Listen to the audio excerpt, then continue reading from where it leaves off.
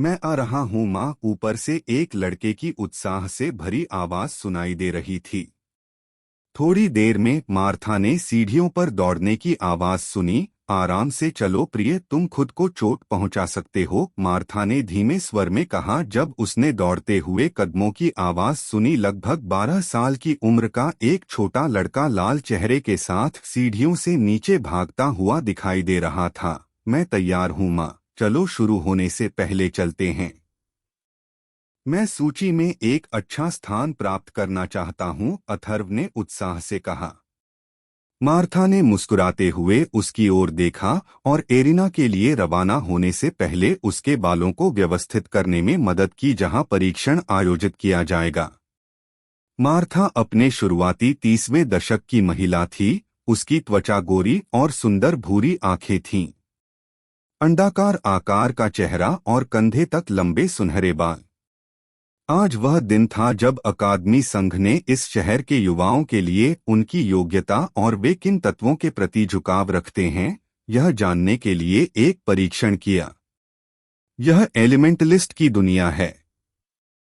हर किसी के पास एक तत्व होता है जिसके साथ वे तालमेल रखते हैं, और अकादमियां लोगों को यह जांचने में मदद करती हैं कि वे किन तत्वों के प्रति झुकाव रखते हैं। एलिमेंटलिस्ट अपने दायरे को बढ़ाने के लिए दुनिया से अपने उक्त तत्व कणों को अवशोषित करके खेती करते हैं। दायरे में प्रत्येक वृद्धि के साथ जीवन काल में भी वृद्धि होती है। हर कोई लंबी उम्र चाहता है, इसलिए वे हमेशा कल्टीवेशन करने पर कड़ी मेहनत करते हैं। कोई केवल 12 वर्ष की आयु तक पहुंचने के बाद ही जांच सकता है कि वे किन तत्वों के अनुकूल हैं, लेकिन इससे अधिक उम्र के बच्चों को कुछ भी करने की सलाह नहीं दी जाती है, क्योंकि उस उम्र में शरीर साधना शुरू करने के लिए सबसे अच्छी अवस्था में होता है। आप किसी भी अकादमी में दाखिला लेने के बाद साधना तकनीक सीख सकते हैं, या यदि आप किसी बड़े क्लेन से हैं तो इसे प्राप्त करना कठिन नहीं होगा।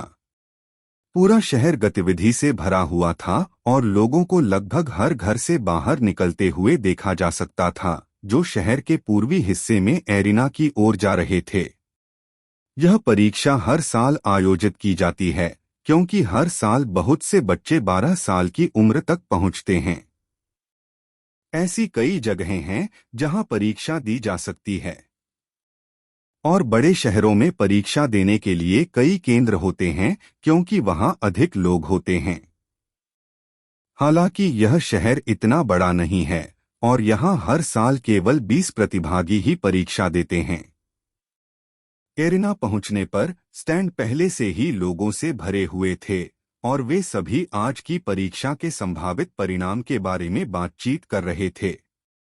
एरिना के मंच पर एक बच्चा देखा जा सकता था। इससे संकेत मिलता है कि परीक्षा शुरू हो गई है। माँ देखो, वे पहले ही शुरू हो चुके हैं। अब मैं परीक्षण किए जाने वाले अंतिम लोगों में से एक हूँ, अथर्व ने शिकायत की जब उसने देखा कि परीक्षण पहले ही शुरू हो चुका है। मार्था ने अपने बेटे को अवाक होकर देखा। तुम ही थे जिसने भगवान जाने कितनी देर से कपड़े पहने, फिर भी मैं ही दोषी हूँ क्योंकि हम देर से आए।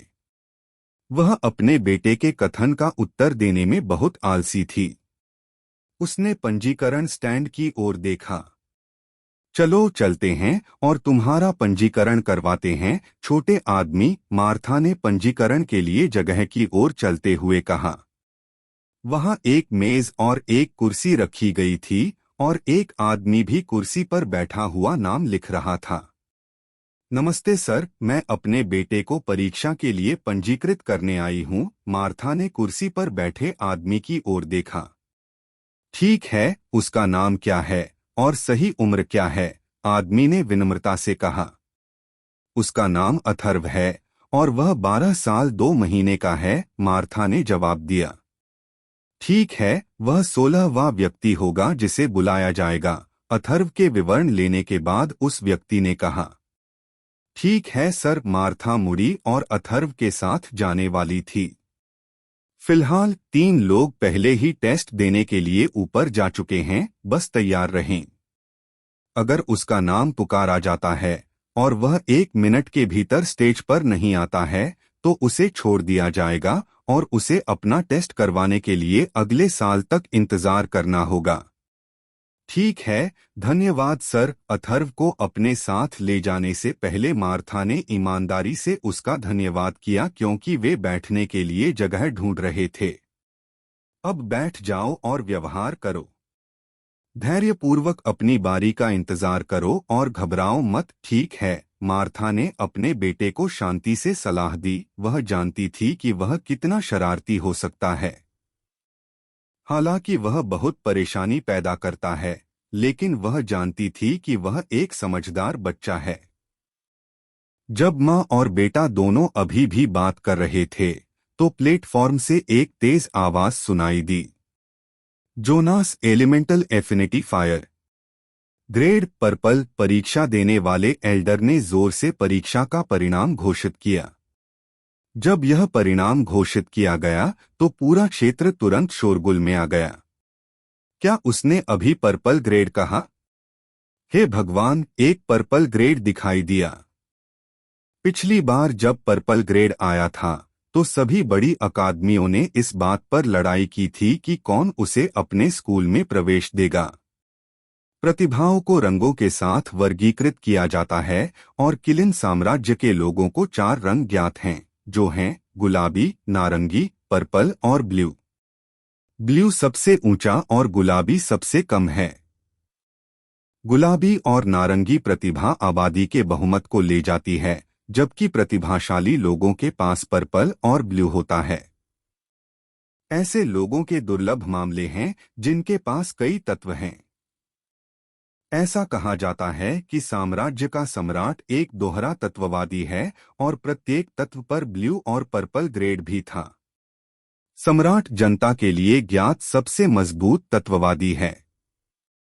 प्रत्येक अकादमी के प्रतिनिधियों ने तुरंत इस बात पर गर्मागर्म बहस शुरू कर दी कि जोनास को छात्र के रूप में कौन लेगा।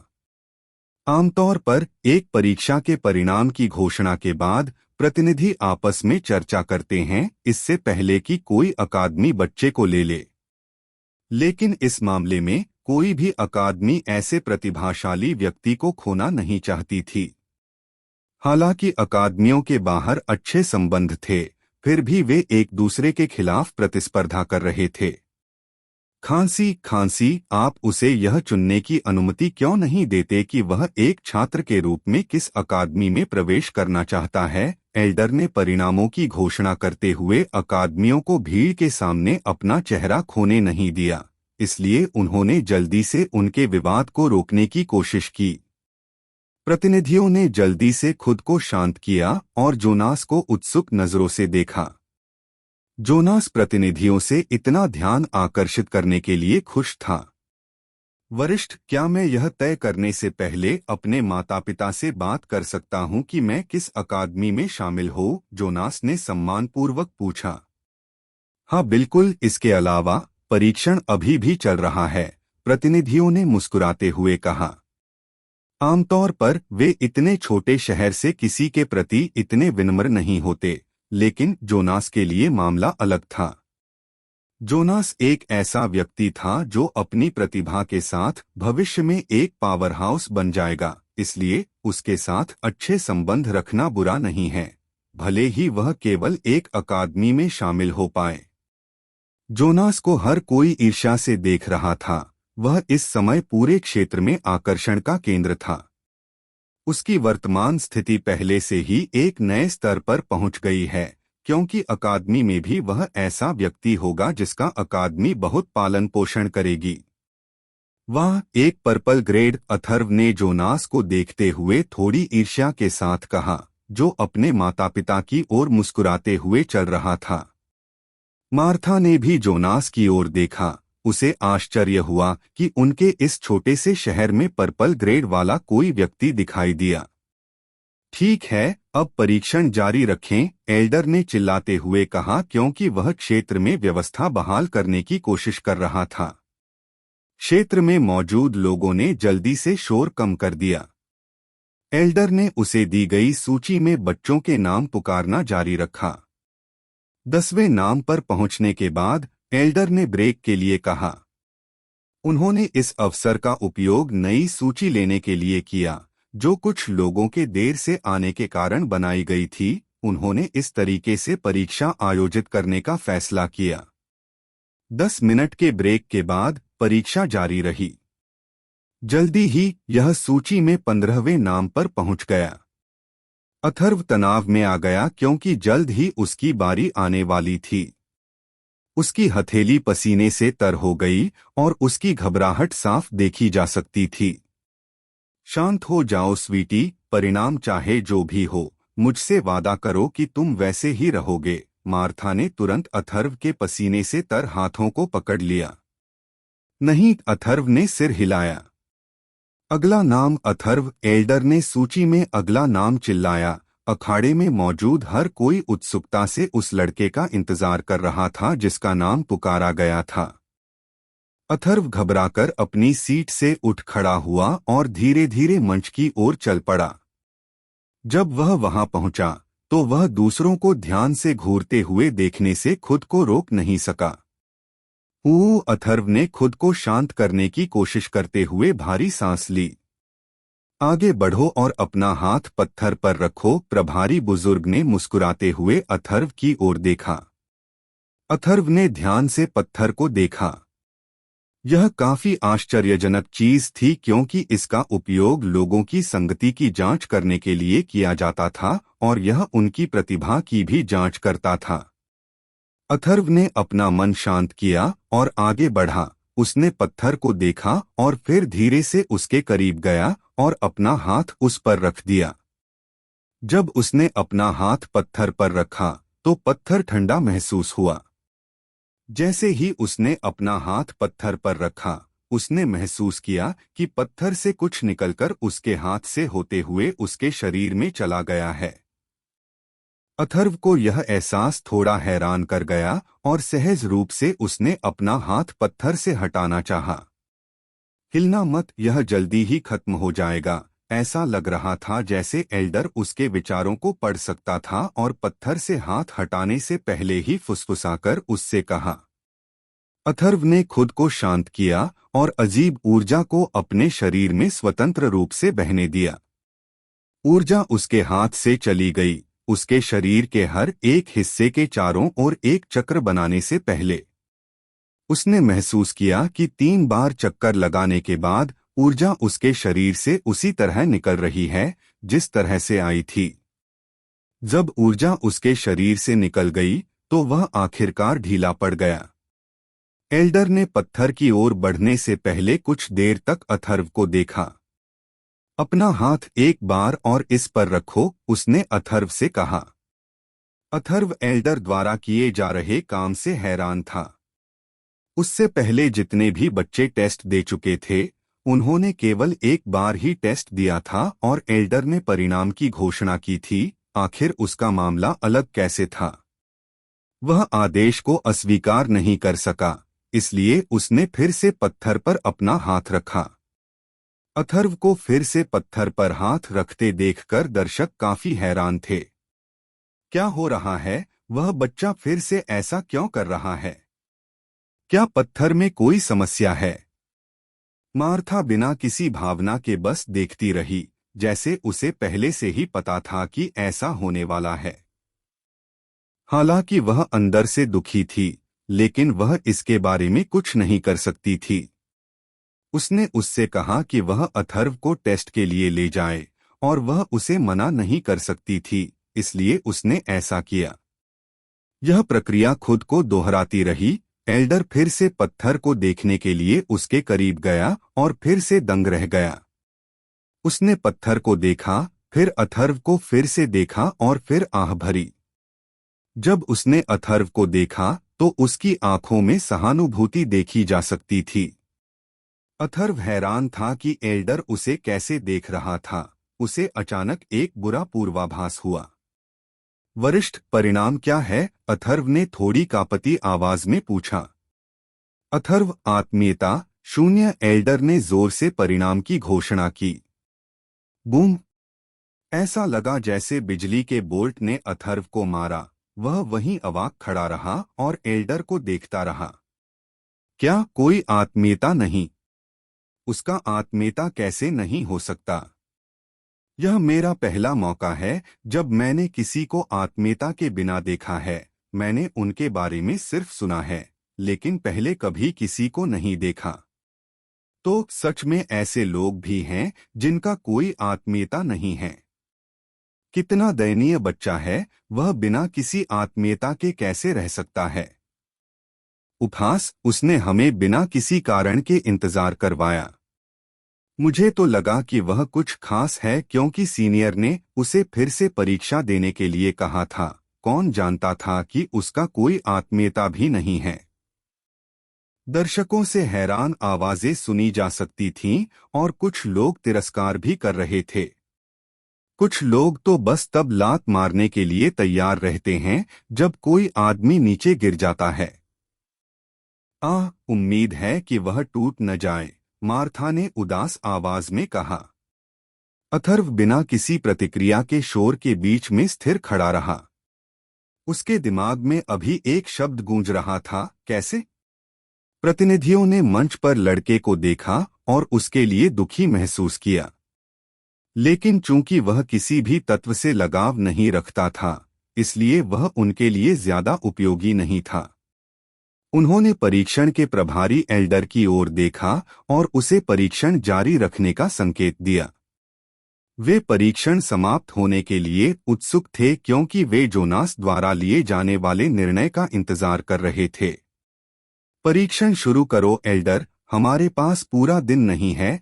स्टारलाइट अकादमी के प्रतिनिधि ने एल्डर से परीक्षण जारी रखने का आग्रह किया। चूंकि अथर्व का किसी भी तत्व के साथ कोई जुड़ाव नहीं था, इसलिए वह अपंग से अलग नहीं था। जवान लड़के, निराश मत हो। आप शायद देर से खिलने वाले हैं क्योंकि कुछ लोग समय पर अपने तत्वों को नहीं जगाते हैं। लूनर अकादमी के प्रतिनिधि ने अथर्व को सांत्वना देने की कोशिश की। हालांकि ऐसा बहुत कम देखा गया था, लेकिन कई बार ऐसा हुआ है। लेकिन आमतौर पर ऐसा बहुत कम होता है। अथर्व ने प्रतिनिधियों की ओर देखा।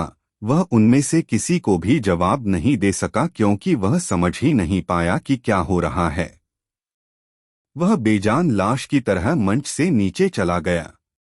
वह सीधे चला गया और अपनी सीट पर वापस जाना भी भूल गया। यह बच्चा, मार्था चिंतित होकर उसके पीछे गई। वह जानती थी कि अथर्व बहुत खुशमिजाज है और यह निश्चित रूप से उसे प्रभावित करेगा, लेकिन वह जानती थी कि वह समय के साथ अंधेरे से बाहर निकल पाएगा। अगला। एल्डर ने परीक्षण जारी रखा और सभी का उत्साह तुरंत फिर से जाग उठा। चूंकि त्रासदी उनमें से किसी के साथ नहीं हुई थी, इसलिए वे वास्तव में दुख में नहीं डूब सकते थे। जोनास ने बिना किसी भावना के अथर्व की फीकी पड़ती छाया को देखा। उसे उसके प्रति कुछ भी महसूस नहीं हुआ क्योंकि भले ही उसके पास कोई प्रतिभा हो, लेकिन उसके लिए यह बहुत मायने नहीं रखता था क्योंकि उसके पास पर्पल प्रतिभा है। बचपन से ही उसने हमेशा अपने लक्ष्य को बहुत ऊंचा रखा है और अब चीजें वैसी ही होने लगी हैं जैसी उसने कल्पना की थी। परीक्षण सामान्य रूप से चला और जल्द ही समाप्त हो गया। परीक्षण पूरा होने के बाद जोनास प्रतिनिधियों के पास गया और उन्हें अपना निर्णय बताया। वह स्टारलाइट अकादमी में शामिल हो गया क्योंकि इसे सार्वजनिक रूप से अकादमी संघ के नेताओं के रूप में माना जाता था। जनता की राय में स्टारलाइट अकादमी को सबसे मजबूत के रूप में जाना जाता था और जोनास अपने लिए सर्वश्रेष्ठ चाहता था। आज परीक्षण में बहुत सी घटनाएं हुईं। सबसे पहले एक पर्पल प्रतिभा दिखाई दी और फिर कोई भी तत्व आत्मीयता न रखने वाला व्यक्ति भी दिखाई दिया। परीक्षण में जो हुआ उसकी खबर जल्दी ही पूरे शहर में फैल गई। जब शहर में रहने वाले लोगों ने जोनास के बारे में सुना तो वे इस तथ्य से चकित रह गए कि उसके पास पर्पल प्रतिभा थी। लेकिन जोनास ही एकमात्र व्यक्ति नहीं था जो परीक्षण के बाद प्रसिद्ध हुआ। अथर्व का नाम भी व्यापक हो गया क्योंकि वह कोई तत्व आत्मीयता नहीं रखने वाला व्यक्ति था। बाद में यह घोषणा की गई कि जोनास स्टारलाइट अकादमी में शामिल हो गया और तुरंत अकादमी के प्रतिनिधि के साथ चला गया। दस्तक दस्तक। अथर्व, क्या मैं अंदर आ सकती हूँ? मार्था ने ग्रे के कमरे की ओर जाने वाले दरवाजे पर दस्तक दी। उसने कुछ देर तक इंतजार किया और कोई जवाब नहीं मिला। उसने दरवाजा खोला और अंदर चली गई। उसने देखा कि अथर्व अपने बिस्तर पर लेटा हुआ है और छत को घूर रहा है। अथर्व, मार्था ने धीरे से पुकारा। क्यों, मेरे साथ ऐसा क्यों हुआ? अथर्व ने कर्कश आवाज में पूछा। अपने बेटे को इस तरह देखकर मार्था को बहुत दुख हुआ। यह ऐसा कुछ नहीं था जिससे वह किसी को गुजरना चाहेगी। ऐसी दुनिया में जहां एलिमेंटलिस्ट सर्वोच्च हैं, कोई आत्मीयता न होना अपंग होने के समान है। मुझे नहीं पता प्रिय, लेकिन तुम्हें मजबूत होना होगा। तुम्हें याद है कि तुम्हारे पिताजी ने जाने से पहले तुमसे क्या कहा था? अथर्व के गाल को सहलाते हुए मार्था ने कहा।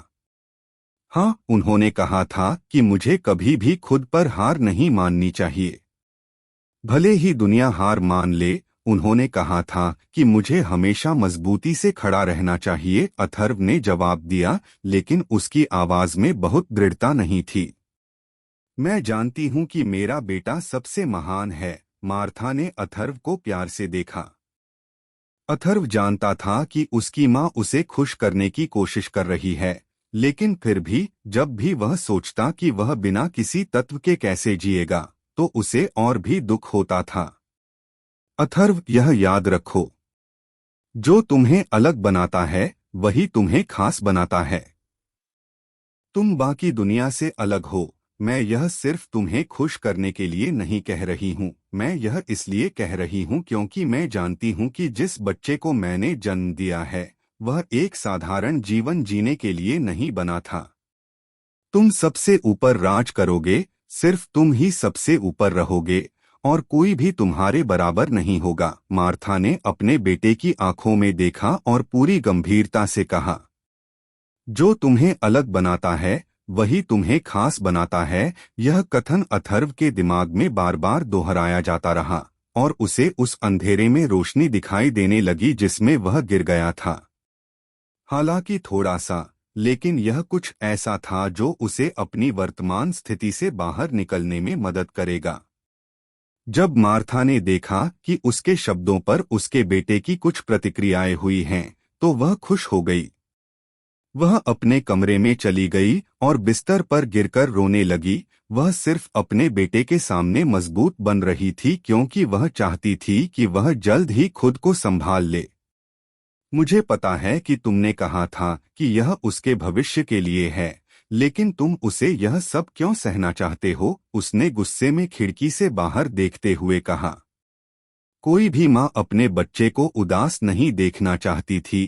परिणाम घोषित होने पर उसकी प्रतिक्रिया देखकर उसे बुरा लगा।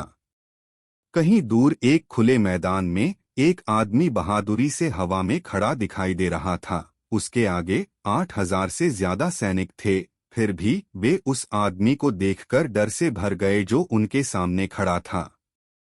उस आदमी के बाल सफेद थे, फिर भी वह 30 साल का लग रहा था। उसके चेहरे पर एक खूबसूरत मुस्कान थी जिस पर थोड़ी उदास मुस्कान थी।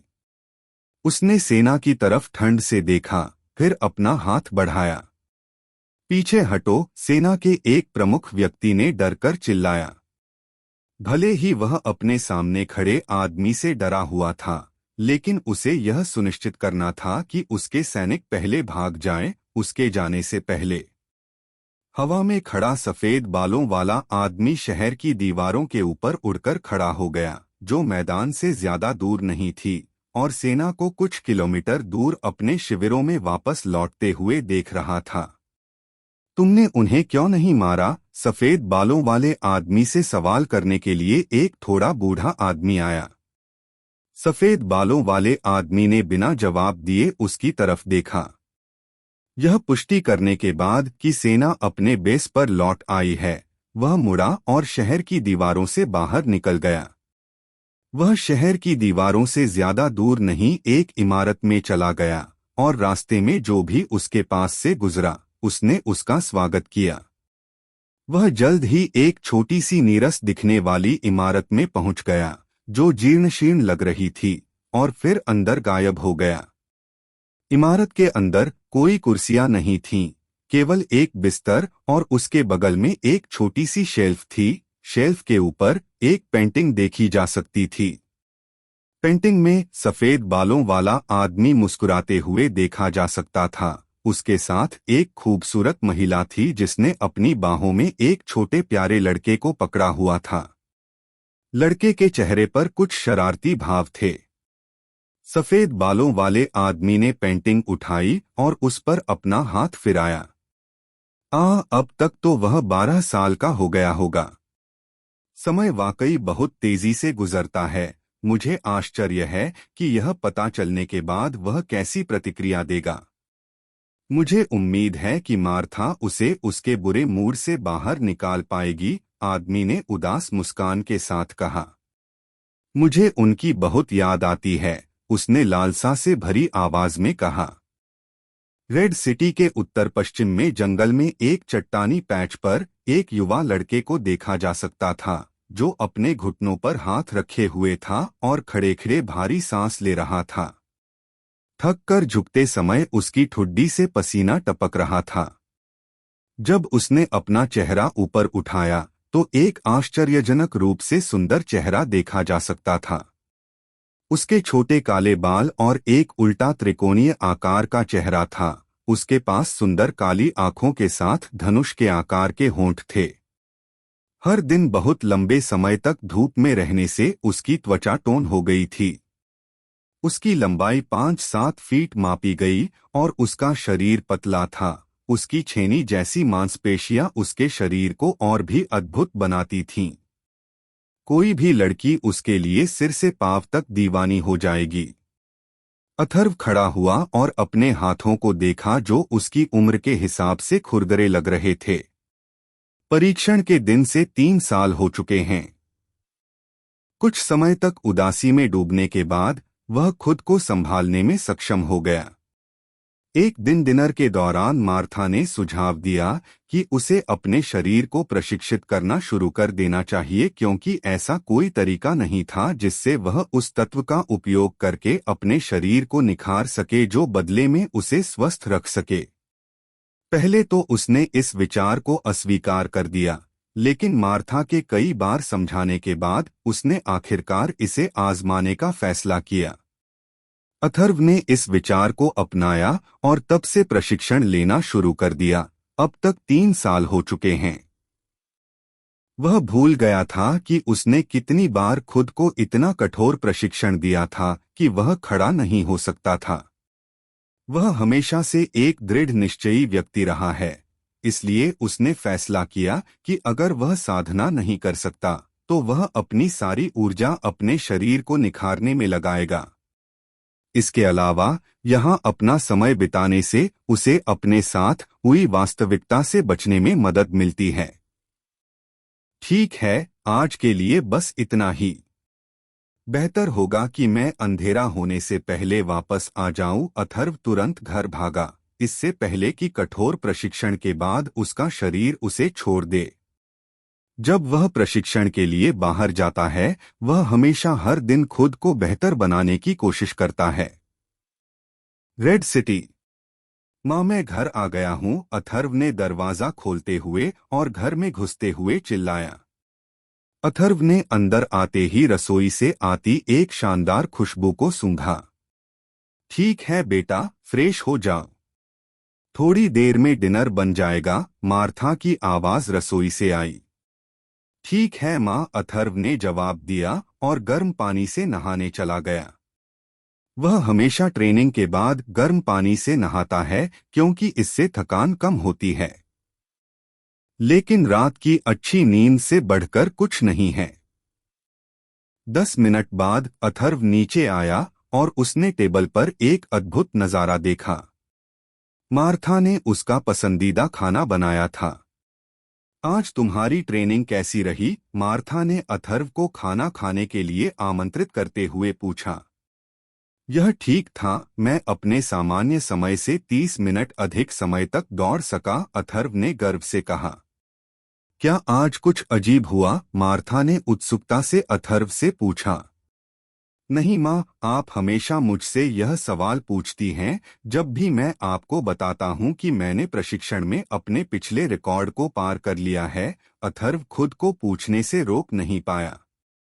मार्था ने हाल ही में उससे यह सवाल अक्सर पूछा है और यह उसे चिंतित कर रहा था।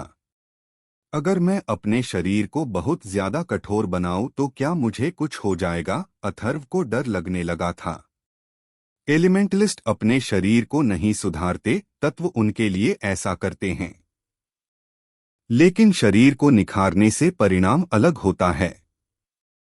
उसका शरीर अपनी उम्र के ज्यादातर एलिमेंटलिस्ट से ज्यादा मजबूत है क्योंकि उसने इसे बहुत निखारा है। कुछ नहीं बेटा, मार्था ने जवाब दिया। अभी तक ऐसा क्यों नहीं हो रहा है? क्या ऐसा हो सकता है कि उसने जरूरतें पूरी नहीं की हैं? उसने कहा था कि 15 साल की उम्र के बाद उसे जाग जाना चाहिए। अब 5 महीने हो चुके हैं। मार्था अपने बेटे के भविष्य के बारे में चिंता करने लगी। हालांकि उसने इसे अपने तक ही सीमित रखा और कोई भी प्रत्यक्ष प्रतिक्रिया नहीं दिखाई।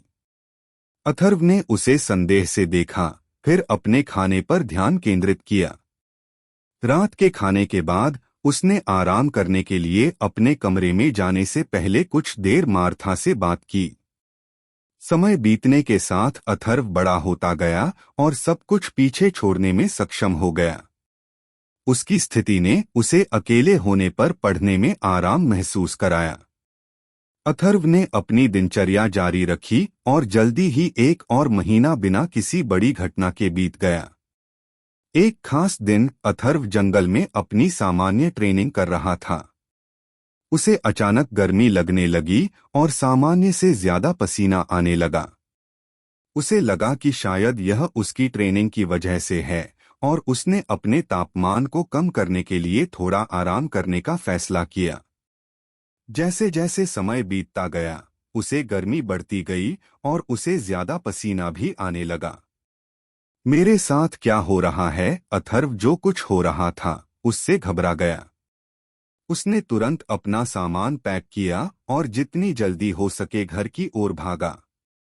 अथर्व अपनी ट्रेनिंग की वजह से ज्यादातर लोगों से तेज है। सिर्फ कुछ विंड और लाइटनिंग एलिमेंटलिस्ट ही गति के मामले में उससे आगे निकल सकते हैं। और उसकी सहन शक्ति भी बहुत ज्यादा थी, इसलिए उसे लंबी दूरी तक दौड़ने में कोई परेशानी नहीं हुई। जब वह घर पहुंचा तो उसने तुरंत अपने सारे कपड़े उतारे और ठंडे पानी में कूद गया। उसके शरीर में गर्मी बढ़ती जा रही थी और यह इस हद तक बढ़ गई कि वह इसे और बर्दाश्त नहीं कर सका। वह दर्द से कुछ देर तक चिल्लाता रहा और फिर बेहोश हो गया। उसके शरीर में इस समय बहुत बड़े परिवर्तन हो रहे थे और उसका शरीर अपने आप ही आसपास के तत्वों के कणों को अवशोषित करने लगा था। उसका शरीर एक ब्लैक होल की तरह था जो लालच से तत्वों को अवशोषित कर रहा था। उसकी टोन्ड त्वचा फिर से अपनी सामान्य गोरी त्वचा में वापस आने लगी और उसकी खुरदरी हथेली भी एक बच्चे की हथेली की तरह चिकनी हो गई। जब वह उठा तब तक शाम हो चुकी थी और उसने देखा कि वह अपने बिस्तर पर पूरी तरह से तैयार था। मुझे किसने कपड़े पहनाए? यह पहला सवाल था जो उसकी हालत देखकर उसके दिमाग में आया। वह जो कुछ भी हो रहा था उससे भ्रमित होकर इधर-उधर देखने लगा। वह किसी तरह उठकर बैठ गया। कुछ देर बाद वह नीचे चला गया और उसने देखा कि मार्था एक कुर्सी पर चुपचाप बैठी हुई है। उसने अपना सिर उठाया और अथर्व को बड़ी मुस्कान के साथ देखा जब उसने देखा कि वह नीचे आ रहा है। माँ, क्या तुमने ही मुझे कपड़े पहनाए थे? अथर्व ने उसे देखने के बाद अपने दिमाग में सबसे महत्वपूर्ण सवाल पूछा। अथर्व को शर्मिंदगी महसूस हुई क्योंकि उसे याद था कि जब वह बेहोश हुआ था तो वह पूरी तरह से नग्न था। मार्था इस सवाल से हैरान रह गई। उसे यकीन नहीं हुआ कि अथर्व ने जागने के बाद जो पहली बात कही वह यह थी कि उसे किसने कपड़े पहनाए। मुझे नहीं पता, मार्था ने जवाब दिया और अथर्व की ओर देखते हुए कहा, क्या तुम इस घर में किसी और के साथ रहते हो? यह सवाल फिर से पूछो और मैं तुम्हें पीट दूंगी। वह वास्तव में शर्मिंदा है क्योंकि मैंने उसे कपड़े पहनाए। मैं उसकी माँ हूँ। यह बच्चा, मार्था ने व्यंग्यात्मक रूप से सोचा। जब अथर्व ने उसका जवाब सुना तो वह और बात करना चाहता था, लेकिन जब उसने मार्था की आंखों में भाव देखा तो उसने जल्दी से अपने शब्द निगल लिए। वह जानता था कि अगर वह क्रोधित हो गई तो वह कितनी डरावनी हो सकती है। अथर्व, जब मैं वापस आई तो तुम बेहोश क्यों थे? मार्था ने चिंतित होकर पूछा। मुझे नहीं पता माँ, मुझे प्रशिक्षण के दौरान अचानक गर्मी लगने लगी। मैं घर भागा और ठंडे पानी से नहाया, लेकिन गर्मी का एहसास बंद नहीं हुआ बल्कि और बढ़ गया। कुछ ही देर बाद मैं बेहोश हो गया।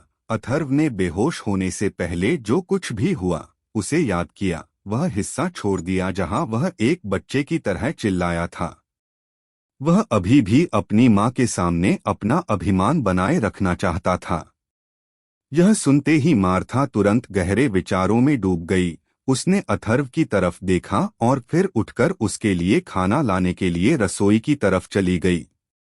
जैसे ही वह उसके पास से गुजरी, वह वहीं जम गई और फिर से उसे सिर से पैर तक देखने लगी। अथर्व अपनी माँ के अचानक व्यवहार से हैरान था और उसे डर लगने लगा कि उसकी माँ नाराज है। अथर्व, क्या तुमने अपनी त्वचा में बदलाव देखा? मार्था ने पूछा। उसे अच्छी तरह याद था कि सुबह वह कैसा दिख रहा था। अथर्व ने वास्तव में अपनी त्वचा में बदलाव पर ध्यान नहीं दिया और उसे देखा। वह जो कुछ भी देख रहा था उससे वह अचंभित था। यह कैसे संभव है? उसने अपनी त्वचा को देखा और उसकी आंखें उसकी हथेली पर चली गईं। मार्था अथर्व को देखती रही। उसके चेहरे पर खुशी साफ देखी जा सकती थी। माँ, क्या हो रहा है? अथर्व ने पूछा। वह सही था। वह भाग्यशाली है कि उसने मुझसे झूठ नहीं बोला। मार्था खुश थी। कौन सही था माँ? क्या हो रहा है? अथर्व अपनी माँ के वर्तमान अजीब व्यवहार के कारण घबरा गया था। तुम्हारे पिता, मार्था ने खुशी से कहा। पिताजी, अथर्व ने अपनी भौं उठाई और स्पष्ट रूप से अभी भी जो कुछ भी हो रहा था उसके बारे में उलझन में था। हाँ अथर्व, तुम्हारे पिता। उन्होंने मुझसे कहा था कि जब तुम 12 साल के हो जाओगे, अगर तुम परीक्षण के लिए जाओगे तो संभावना है कि तुम अपने तत्व को जागृत नहीं कर पाओगे। मार्था ने धीरे से अपने बेटे को समझाया। रुको, उन्हें पता था कि मेरा किसी भी तत्व से कोई संबंध नहीं होगा? भ्रमित अथर्व ने पूछा। ठीक है, यह वास्तव में नहीं कहा जा सकता है कि वह जानता था, लेकिन हाँ, वह जानता था। स्क्रॉल के अनुसार इसे 15 वर्षों तक तुम्हारे अंदर रहना होगा। मार्था ने आगे कहा। मेरे अंदर? मुझे समझ में नहीं आ रहा है। क्या उन्होंने मेरे अंदर कुछ डाला है? अथर्व अभी भी समझ नहीं पा रहा था कि क्या हो रहा था। हाँ बेबी, नवजात शिशु के रूप में तुम्हें बहुत सी स्वास्थ्य समस्याएं थीं और मैंने चाहे जो भी कोशिश की, तुम में कोई सुधार नहीं हुआ। तुम्हारे पिता अपने एक साहसिक कार्य से वापस आए और यह देखकर कि तुम कितने अस्वस्थ थे, उन्होंने भी अपनी तरफ से हर संभव कोशिश की और तुम्हें अपने जानने वाले सबसे अच्छे चिकित्सकों के पास भी ले गए, लेकिन दुर्भाग्य से कुछ भी काम नहीं आया। मार्था ने धीरे धीरे समझाना शुरू किया। तो मैं कैसे ठीक हो गया? अथर्व ने उत्सुकता से पूछा। उसे कभी नहीं पता था कि नवजात शिशु के रूप में उसे स्वास्थ्य समस्याएं थीं। एक मोती, मार्था ने कहा। एक मोती? मोती किसी को कैसे ठीक कर सकता है? अथर्व ने अभी भी उलझन में पूछा। मैं इस पर आ रही हूं। मार्था मुस्कुराई और अपने बेटे के साथ हुई घटना को याद किया। तुम्हारे पिता के एक साहसिक कार्य के दौरान वह गलती से एक खंडहर प्राचीन मंदिर पर पहुंच गए। उन्होंने मंदिर के एक छिपे हुए कमरे के बीच में असंख्य रंगों वाला एक मोती धीरे धीरे घूमता हुआ देखा। घूमते हुए मोती के नीचे एक शास्त्र था। इसे पढ़ने के बाद वह उसमें निहित जानकारी से चकित रह गए। उन्होंने जल्दी से मोती और साधना तकनीक रख ली। हाँ, साधना तकनीक जिसे वह शास्त्र समझ रहे थे, वह एक साधना तकनीक थी। उसे मोती से मिली अनुभूति याद थी और उसे यकीन था कि यह नकली नहीं था। साधना तकनीक का वर्णन अनोखा था। इसमें कहा गया था कि एक बार जब कोई 15 साल बाद मोती के साथ आत्मसात हो जाता है तो वह सभी तत्वों को नियंत्रित करने में सक्षम हो जाएगा। यह देखकर वह इससे साधना करना चाहता थे, लेकिन अफसोस इसमें एक समस्या थी। सबसे पहले मोती केवल उस शरीर के साथ आत्मसात हो सकता है जिसने अभी तक किसी भी तत्व को जागृत नहीं किया है, और शरीर के साथ आत्मसात करने से पहले उसे 15 साल लगेंगे। जब उसे एहसास हुआ कि वह इसका उपयोग नहीं कर सकता तो उसने दुख के साथ मोती और साधना तकनीक को अपने पास रख लिया। अथर्व के जन्म के एक सप्ताह बाद वह घर आया और उसे एहसास हुआ कि उसका बेटा किस स्थिति में है। वह सब कुछ करने की कोशिश करने के बाद भी उसे बचाने का कोई तरीका नहीं था। उसने अपनी सारी उम्मीद मोती पर लगा दी। अगर मोती में किसी को सभी तत्वों को प्रशिक्षित करने की क्षमता देने की इतनी राक्षसी क्षमता है तो किसी को बचाना असंभव नहीं होगा। जब उसने यह विचार सामने रखा तो मार्था ने मना कर दिया। कौन सी माँ अपने बच्चे में एक अज्ञात मोती रखने की अनुमति देगी? लेकिन जब उसने देखा कि अथर्व को बचाने के लिए वे कुछ नहीं कर सकते तो उसने अपने दांत पीसकर इसे स्वीकार कर लिया। 2 दिन बाद उसका बच्चा उतना ही स्वस्थ था जितना उसे होना चाहिए था। हालांकि वह फिर भी अथर्व को परीक्षण में भाग लेने के लिए ले गई, लेकिन उसे नहीं पता था कि वह तब अपने तत्व को जागृत करेगा या नहीं। उसे यह भी उम्मीद थी कि शायद वह कोई तत्व जगा ले, लेकिन दुर्भाग्य से उसने ऐसा नहीं किया। अथर्व को यह बताने का विचार उसके मन में तब आया जब उसने देखा कि परीक्षण के बाद वह कितना उदास था। लेकिन फिर क्या होगा अगर 15 साल की उम्र तक पहुंचने के बाद भी उसमें कोई तत्व नहीं जगा? तब वह उसे क्या बताएगी? वह 12 साल की उम्र में इसे न जगाने से भी ज्यादा सदमे में होगा। जब वह 15 साल की उम्र पार कर गया तो भी उसमें कोई बदलाव नहीं आया। तब भी वह उम्मीद खोने लगी थी। स्क्रॉल में कहा गया था कि अथर्व को अपने शरीर को बेहतर बनाने के लिए शारीरिक व्यायाम का इस्तेमाल करना चाहिए, जो वह पिछले लगभग 3 सालों से कर रहा था। इसलिए यह समझ में आता है कि उसे इस बारे में डर लगने लगा था। अथर्व जो सुन रहा था उससे स्तब्ध होकर बैठ गया। लेकिन तुमने मुझे पहले क्यों नहीं बताया? उसने पूछा। जब तुम 15 साल के हो गए तो क्या तुमने अपना तत्व जगाया? मार्था ने पूछा। अथर्व ने अपना सिर नमे हिलाया।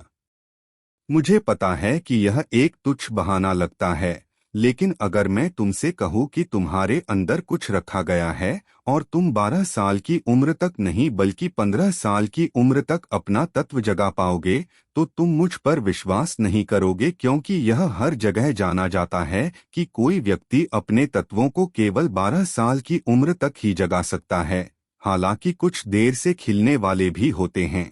जन्म से इसकी भविष्यवाणी नहीं की जा सकती। शायद परीक्षण के बाद तुम्हें लगने लगे कि मैंने जो कहा वह सच था, लेकिन 15 साल की उम्र के बाद क्या होगा? फिर क्या? मैं भी उम्मीद खोने आ गई थी, मार्था ने शांति से कहा। मार्था की व्याख्या सुनकर अथर्व को पता चल गया कि वह सही थी। अगर वह उससे कहती कि वह 12 साल तक अपने तत्व को नहीं जगाएगा तो वह कभी भी इस पर विश्वास नहीं करता। जब उसने सोचा कि नवजात शिशु के रूप में उसके बीमार स्वभाव के कारण उसके माता पिता को कितनी तकलीफें झेलनी पड़ी होंगी, तो वह उनके प्रति कृतज्ञ महसूस करता है। कम से कम उन्होंने उम्मीद नहीं छोड़ी, भले ही इसका मतलब अज्ञात मूल के मोती पर अपनी आखिरी उम्मीद लगाना था। कम से कम वे अपने बच्चे को बचाना चाहते थे।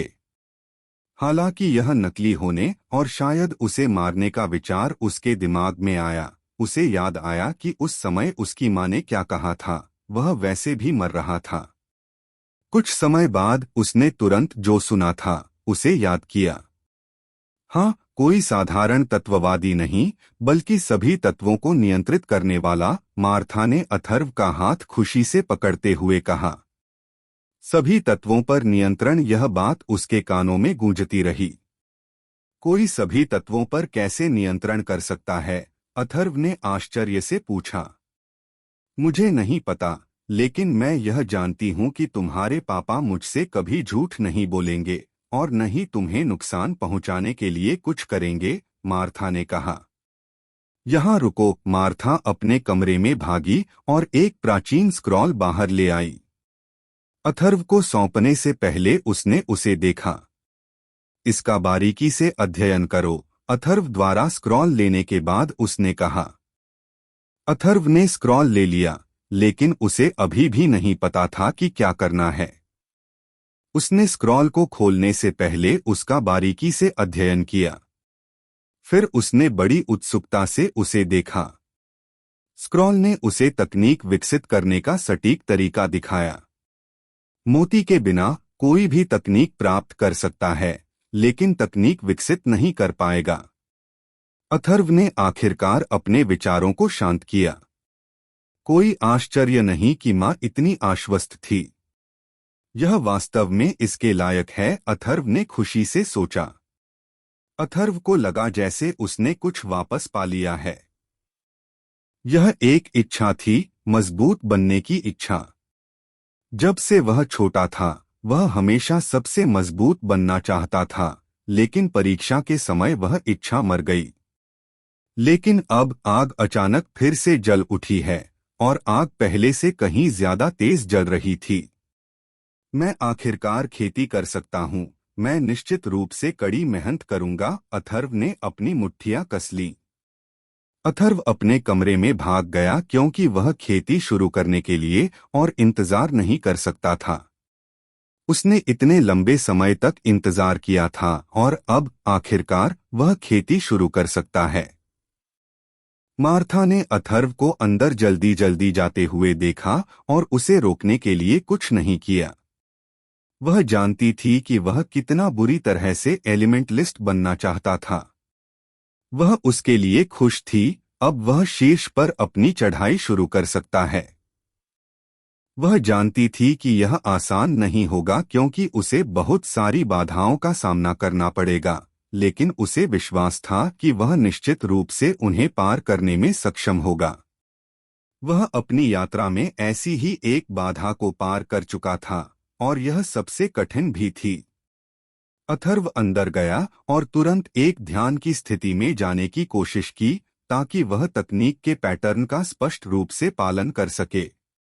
वह कमल की मुद्रा में बैठ गया और अपने मन को शांत करने की कोशिश करने के लिए स्थिर रहा। 10 मिनट के बाद वह आखिरकार एक ध्यान की स्थिति में आ गया।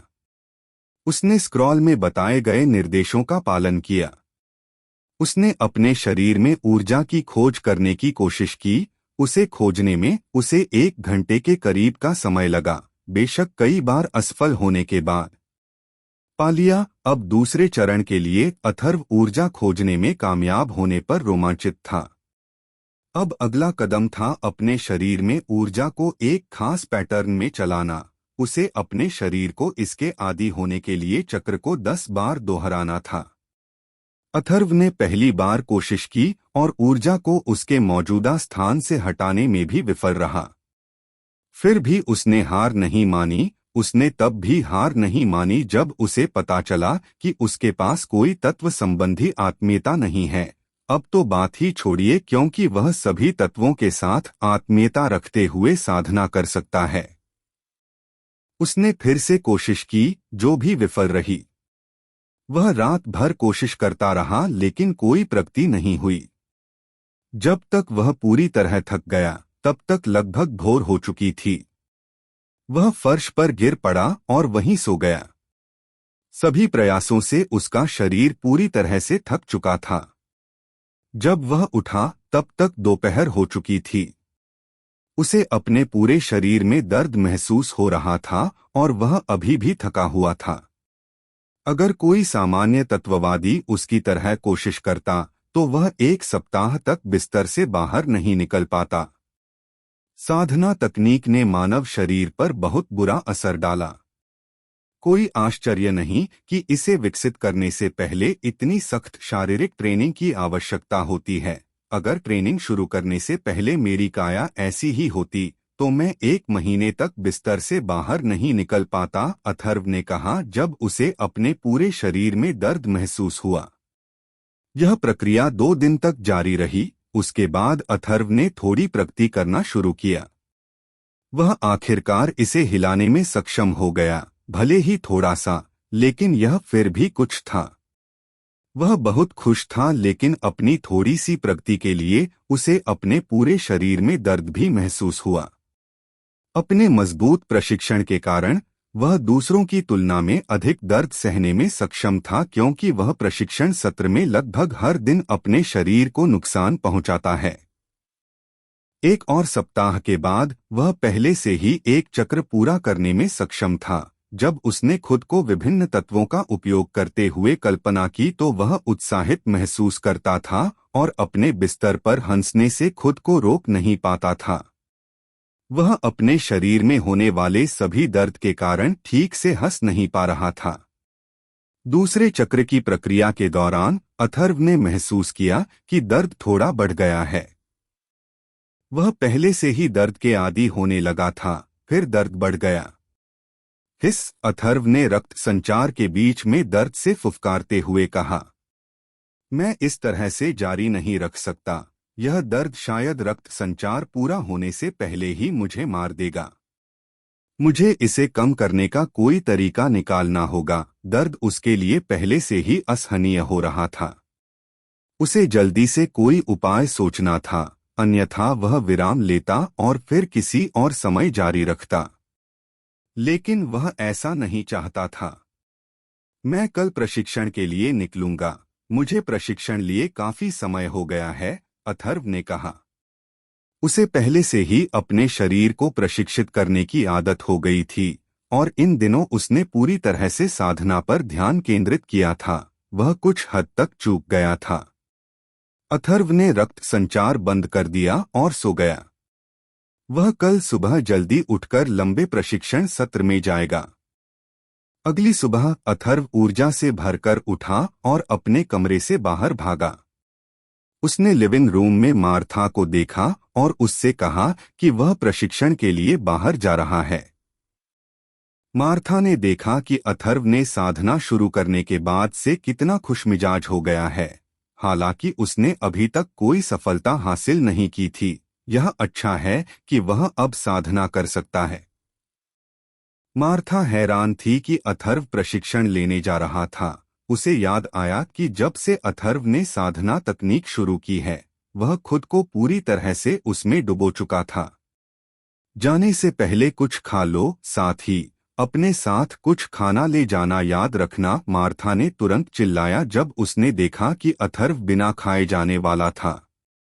अथर्व जल्दी से वापस आया और कुछ खाना खाया।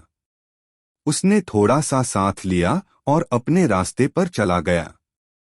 मैं आज देर से लौटूंगा, अथर्व बाहर से चिल्लाया। मार्था ने व्यंग्यात्मक ढंग से मुस्कुराया। अथर्व अपने घर से बाहर आया और सीधे उनके छोटे से शहर के प्रवेश द्वार की ओर बढ़ गया। शहर के प्रवेश द्वार की ओर जाते हुए उसने देखा कि भले ही परीक्षा को कुछ समय हो गया था, फिर भी लोग उसे पहचानते थे। इतना ही नहीं, बल्कि वे उसे ज्यादातर एक असामान्य व्यक्ति की तरह देखते थे और कुछ लोग उसे इशारा करते हुए छोटे बच्चों से फुसफुसाते भी देखे जा सकते थे। कचरा। अथर्व ने देखा कि उसकी उम्र का एक छोटा लड़का उस पर चिल्ला रहा था।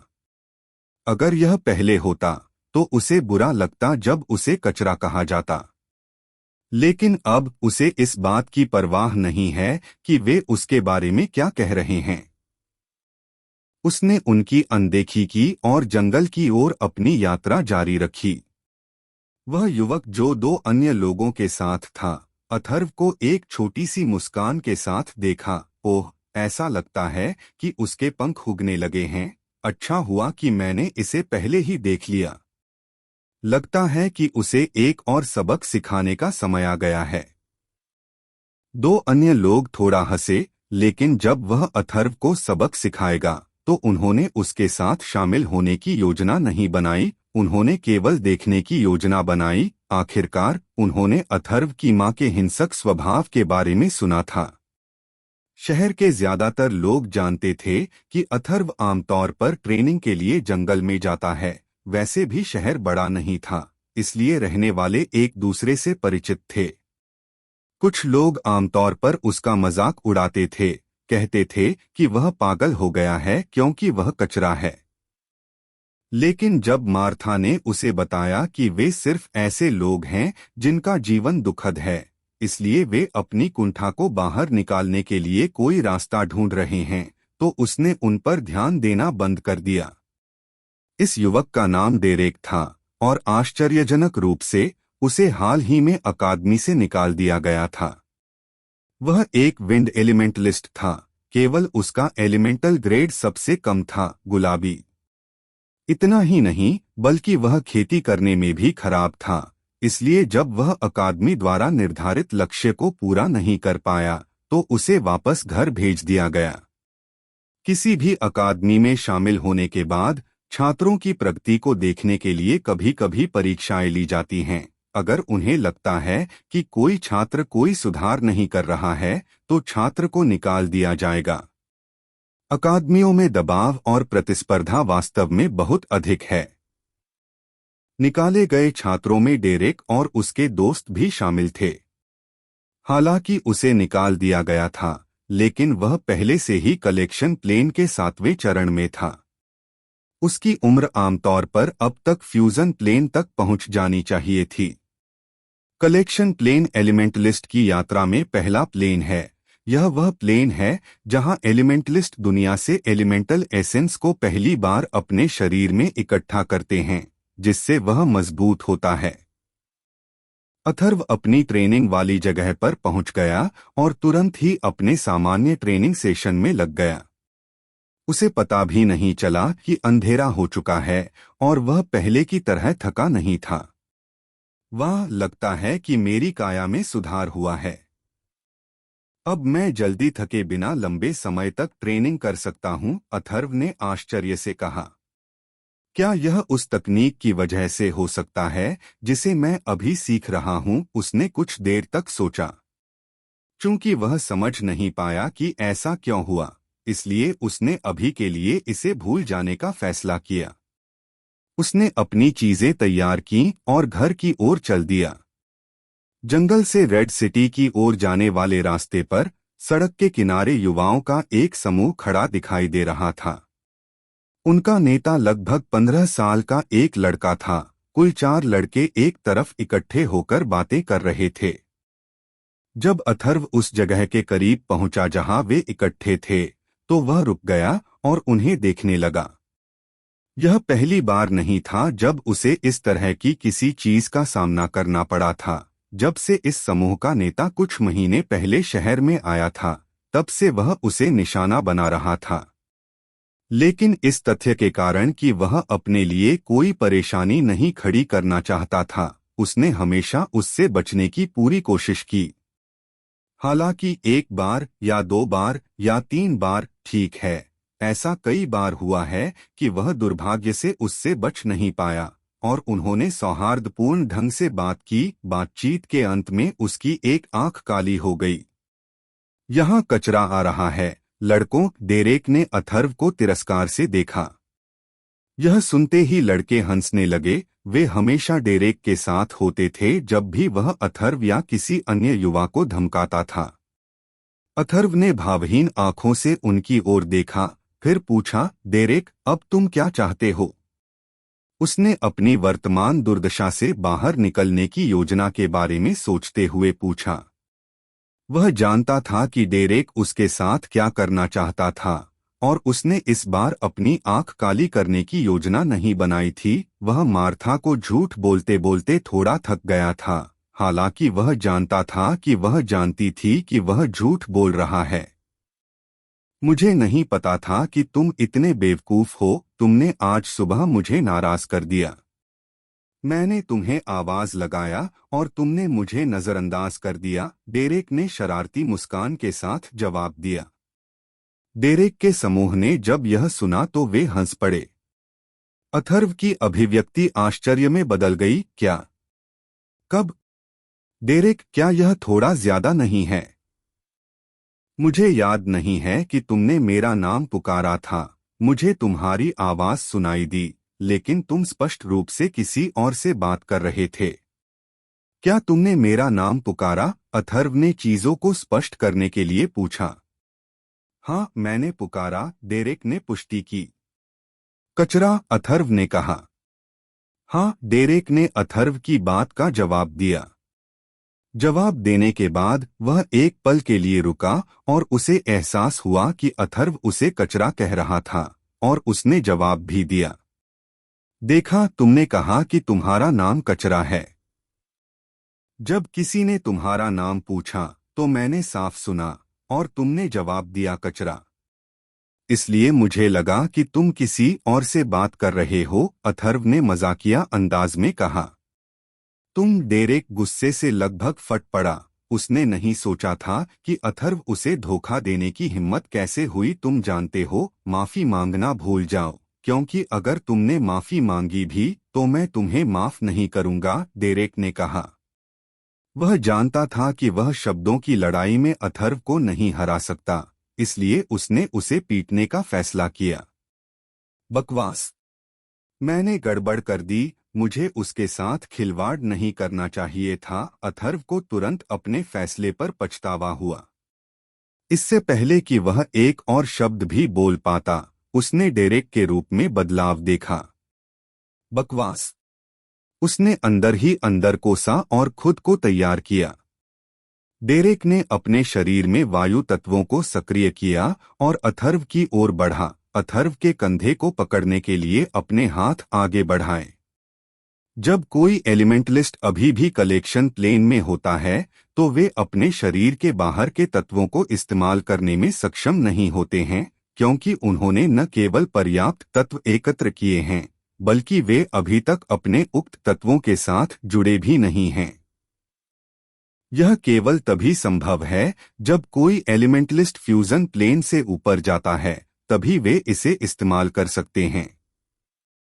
लेकिन कलेक्शन और फ्यूजन प्लेन में रहते हुए वे इसका उपयोग केवल अपनी ताकत और गति को बेहतर बनाने के लिए कर सकते हैं। एक विंड एलिमेंटलिस्ट होने के नाते डेरेक अपने जैसे ही स्टेज में दूसरों की तुलना में तेज था। अथर्व ने तेजी से बचाव किया और वह अप्रत्याशित रूप से डेरेक की पकड़ को चकमा देने में कामयाब रहा। हाँ, अथर्व, डेरेक, साथ ही बगल से देख रहे युवा सभी आश्चर्य में चिल्ला उठे। अभी क्या हुआ? अथर्व ने खुद से पूछा। हालांकि उसका मकसद डेरेक के हमले से बचना था, लेकिन वह जानता था कि वह ऐसा नहीं कर सकता, लेकिन फिर भी उसने कोशिश की, क्योंकि कोशिश करने में कोई बुराई नहीं थी। अपने लगातार शारीरिक प्रशिक्षण के कारण उसे कुछ कलेक्शन प्लेन एलिमेंटलिस्ट के बीच भी तेज कहा जा सकता था, लेकिन एक विंड एलिमेंटलिस्ट के सामने यह बहुत ज्यादा नहीं था। उसने कभी उम्मीद नहीं की थी कि वह हमले से बच पाएगा। उसने यह भी देखा कि उसकी इंद्रियां बढ़ गई थीं। देखने वाले युवा आश्चर्यचकित थे। डेरेक को यह भी विश्वास नहीं हो रहा था कि अथर्व ने इसे चकमा दिया। उसने केवल 1 या 2 बार अथर्व को मारने की योजना बनाई थी, लेकिन अब उसने अपना मन बदल लिया और उसे ठीक से पीटने के लिए तैयार हो गया। दूसरी ओर अथर्व को यह सोचकर बहुत उत्साह हुआ कि अभी क्या हुआ है। घमंडी मत बनो, शायद यह गलती थी, उसने खुद से कहा। हम अपने आप पर बहुत ज्यादा गर्व मत करो, क्योंकि तुम मेरे हमले को चकमा देने में सक्षम थे, डेरेक ने एक बार फिर हमला करने से पहले कहा। उसने अपने शरीर में वायु तत्व को सक्रिय किया और अथर्व पर झपट्टा मारा, उसके चेहरे पर मुक्का मारा। यह देखकर अथर्व थोड़ा घबरा गया, लेकिन उसने जल्दी से अपना सिर एक तरफ करने की कोशिश की और उसे आश्चर्य हुआ कि वह एक बार फिर डेरेक से तेज था। इस बार उसने लगभग बिना किसी प्रयास के हमले को चकमा दे दिया। अगर यह पहले होता तो वह हमले की गति के कारण हमले को चकमा नहीं दे पाता। डेरेक इस हमले के साथ नहीं रुका। उसकी मुट्ठी चुकने के बाद उसने तुरंत अपने घुटने से अथर्व के पेट पर वार करने की कोशिश की, लेकिन पहले की तरह अथर्व ने हमले को चकमा दे दिया। केवल इस बार वह पीछे हट गया। डेरेक लगातार हमला करता रहा और अथर्व एक अनुभवी योद्धा की तरह था जो आसानी से हमलों को चकमा दे रहा था।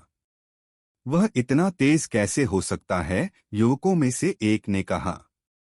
वे जानते थे कि डेरेक कितना तेज है, फिर भी अथर्व उसके हमलों को चकमा देने में सक्षम था। रुको! अथर्व डेरेक को हमला बंद करने के लिए मनाने की कोशिश करना चाहता था, लेकिन उसकी दहाड़ ने उसे रोक दिया। डेरेक गुस्से में दहाड़ उठा। वह लगभग 1 मिनट से हमला कर रहा था, फिर भी वह एक बार भी अथर्व को छू नहीं पाया था। यह बहुत क्रोधित करने वाला था। यह देखकर कि डेरेक रुकने की योजना नहीं बना रहा था, अथर्व को पता था कि उसे अब और रक्षात्मक नहीं रहना चाहिए। उसने आखिरकार मौका मिलने पर हमला करने का फैसला किया। उक्त अवसर को खुद को दिखाने में बहुत समय नहीं लगा, लेकिन लड़ाई में अनुभवहीन होने के कारण वह इसका फायदा नहीं उठा सका। सौभाग्य से वह डेरेक से तेज था, इसलिए यह उसे परेशान करने के लिए वापस नहीं आया। एक और मौका तब आया जब डेरेक ने हवा के तत्व के साथ उस पर एक बेतहाशा मुक्का मारा। अथर्व ने नीचे झुककर हमले को टाल दिया। इसे टालने के बाद डेरेक का शरीर पूरी तरह से खुला हुआ था और उसके रुख के कारण रक्षाहीन था। अथर्व ने ऊर्जा जुटाई और डेरेक की छाती की ओर मुक्का मारा। धमाका! उसकी मुट्ठी लगी और उसके ठीक बाद एक और भी अप्रत्याशित दृश्य हुआ। डेरेक का शरीर हवा में उछला और सड़क के किनारे लगे एक पेड़ से जा टकराया। वह तुरंत बेहोश हो गया। अथर्व अचंभित खड़ा था, अपनी निगाहें बेहोश डेरेक और अपनी फैली हुई मुट्ठी के बीच घुमा रहा था।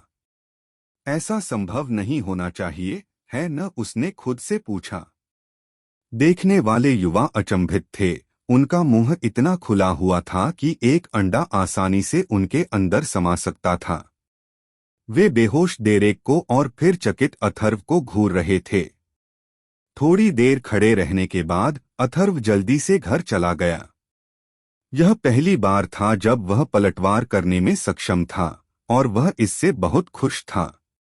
घर पहुंचने पर उसने अपनी मां को इसके बारे में नहीं बताया, इसलिए नहीं कि वह इसे छिपाना चाहता था, बल्कि इसलिए कि जब वह उसके द्वारा तंग किया गया था तब उसने अपनी मां को बताने से परहेज किया था। इसलिए उसने इस मामले को जाने देने का फैसला किया। उसने रात का खाना खाने से पहले गर्म पानी से स्नान किया। फिर उसके मन में खेती करने का विचार आया। अथर्व ने तुरंत ऊर्जा को प्रसारित करने की कोशिश की। उसने देखा कि पिछली बार की तुलना में यह आसान हो गया था और दर्द काफी कम हो गया था। वाह, लगता है मुझे अपना प्रशिक्षण बंद नहीं करना चाहिए था। अथर्व खुश था। जब उसने उन सभी दिनों के बारे में सोचा जब उसे ऊर्जा को स्थानांतरित करने के लिए दर्द से गुजरना पड़ा, तो उसे तुरंत पछतावा होने लगा। उन्होंने इसे स्क्रॉल में क्यों नहीं बताया? मैं दर्द के दिनों से नहीं गुजरता, अथर्व ने कड़वाहट से शिकायत की। हालांकि वह जानता था कि इससे कुछ भी नहीं बदलेगा। वह अपने प्रशिक्षण को जारी न रखने के लिए खुद को दोषी नहीं ठहराना चाहता था, इसलिए उसने स्क्रॉल को दोष मढ़ दिया। अथर्व जल्द ही दूसरा परिसंचरण पूरा करने में सक्षम था। वह कड़ी मेहनत से थक गया था और तुरंत सो गया। अगले दिन अथर्व दिन में देर से उठा। हालांकि अभी दोपहर नहीं हुई थी, लेकिन यह उससे बहुत दूर नहीं था। आह, क्या शानदार रात थी। अथर्व अपने चेहरे पर एक बड़ी मुस्कान के साथ उठा। परिसंचरण में सफलता मिलने के बाद वह खुद के साथ बहुत अच्छा महसूस कर रहा था। हालांकि यह कोई बड़ी बात नहीं थी, लेकिन अथर्व को लगा कि यह एक बड़ी उपलब्धि है। नीचे जाने से पहले उसने खुद को तरोताजा किया। उसने देखा कि मार्था घर में आ रही है। जब उसने अथर्व को देखा तो उसने उसे एक प्यारी सी मुस्कान दी। किसी कारण से जब अथर्व ने मुस्कान देखी तो उसे लगा कि उसकी रीढ़ में ठंडक दौड़ गई है। मैंने हाल ही में कुछ भी गलत नहीं किया है न। अथर्व ने हाल ही में किए गए अपने सभी कामों के बारे में सोचना शुरू कर दिया और उसे याद नहीं आ रहा था कि उसने कभी अपनी माँ को परेशान किया हो। अथर्व ने सहज रूप से विराम लिया और धीरे धीरे उस दूरी पर चला गया जो उसे पर्याप्त सुरक्षित लगी। मैं ठीक हूँ, धन्यवाद। आज तुम कैसे हो? अथर्व ने मुस्कुराते हुए पूछा।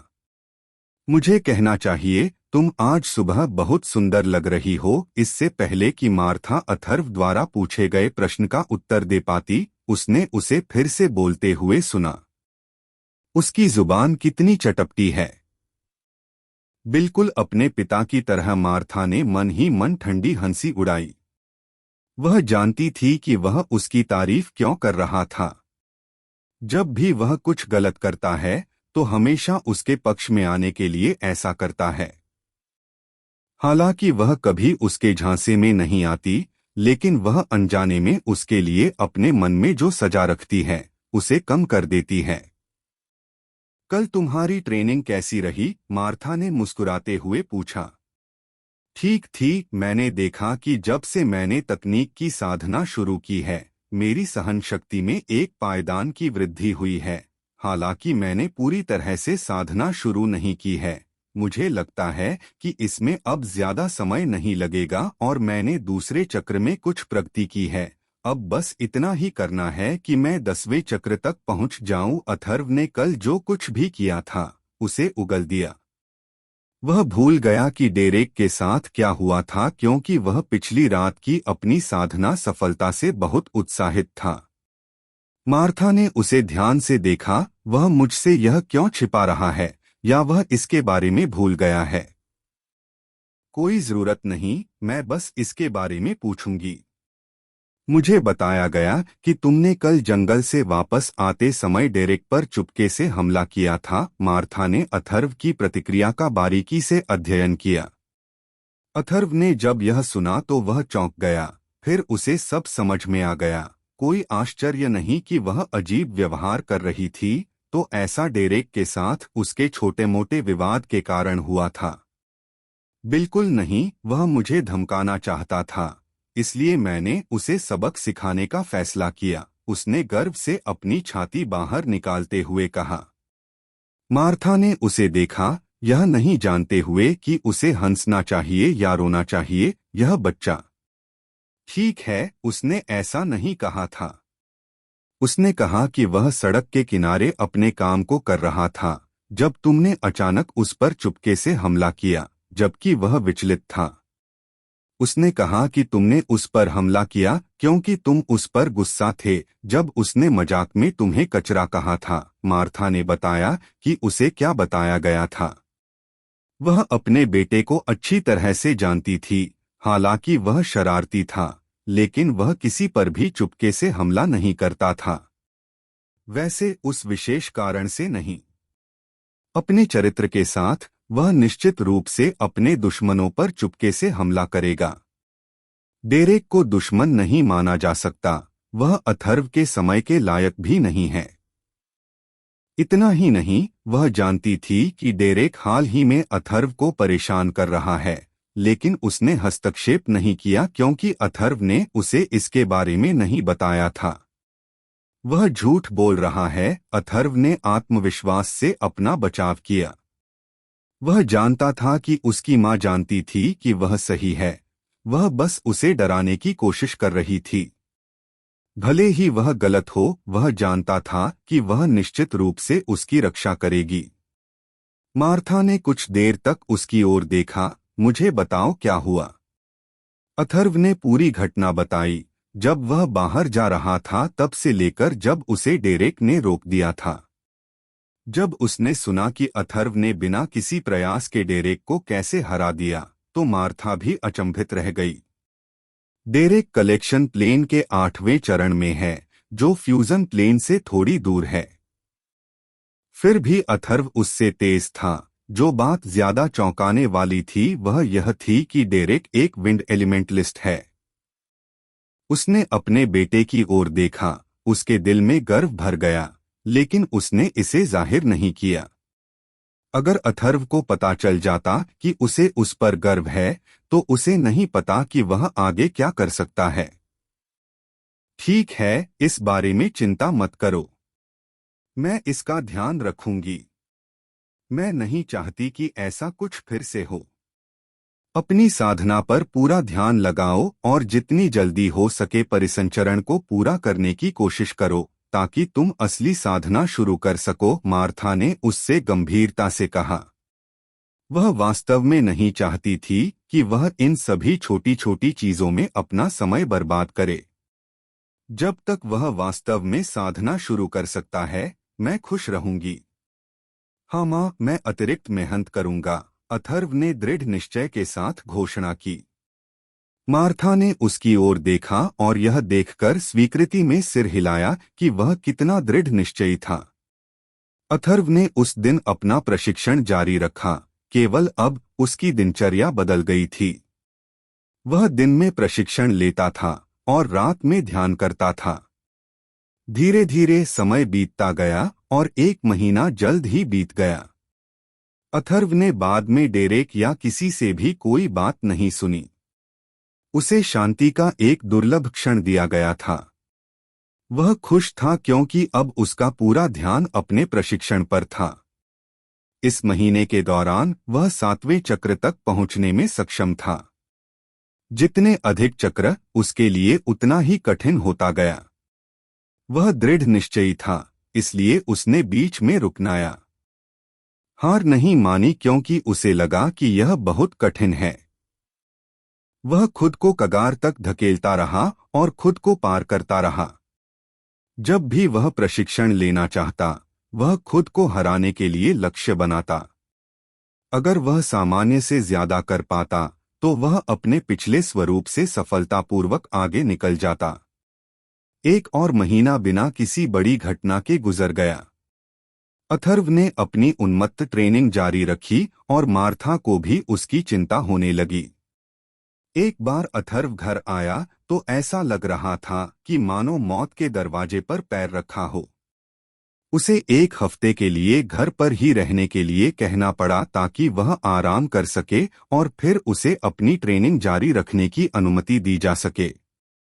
घर पर रहते हुए भी अथर्व ने ध्यान लगाने पर पूरा ध्यान केंद्रित किया।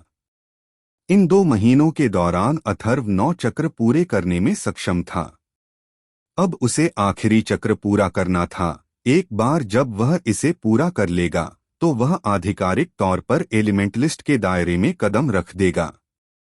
अथर्व इसके बारे में बहुत उत्साहित था और प्रत्येक तत्व में हेरफेर शुरू करने के लिए इंतजार नहीं कर सकता था। आखिरी चक्र में जाने से पहले अथर्व ने एक ब्रेक लिया। उसने सोचा कि उसे हमेशा कभी कभी ब्रेक लेना चाहिए ताकि उसका शरीर टूट न जाए। ब्रेक के बाद उसने तुरंत ट्रेनिंग शुरू कर दी और उसने 10वें चक्र के निर्देशों के अनुसार ऊर्जा को आगे बढ़ाना शुरू कर दिया। प्रत्येक चक्र का एक अलग मार्ग था, इसलिए उसे किसी भी गलती से बचने के लिए इसका अध्ययन करते समय सावधान रहना पड़ा।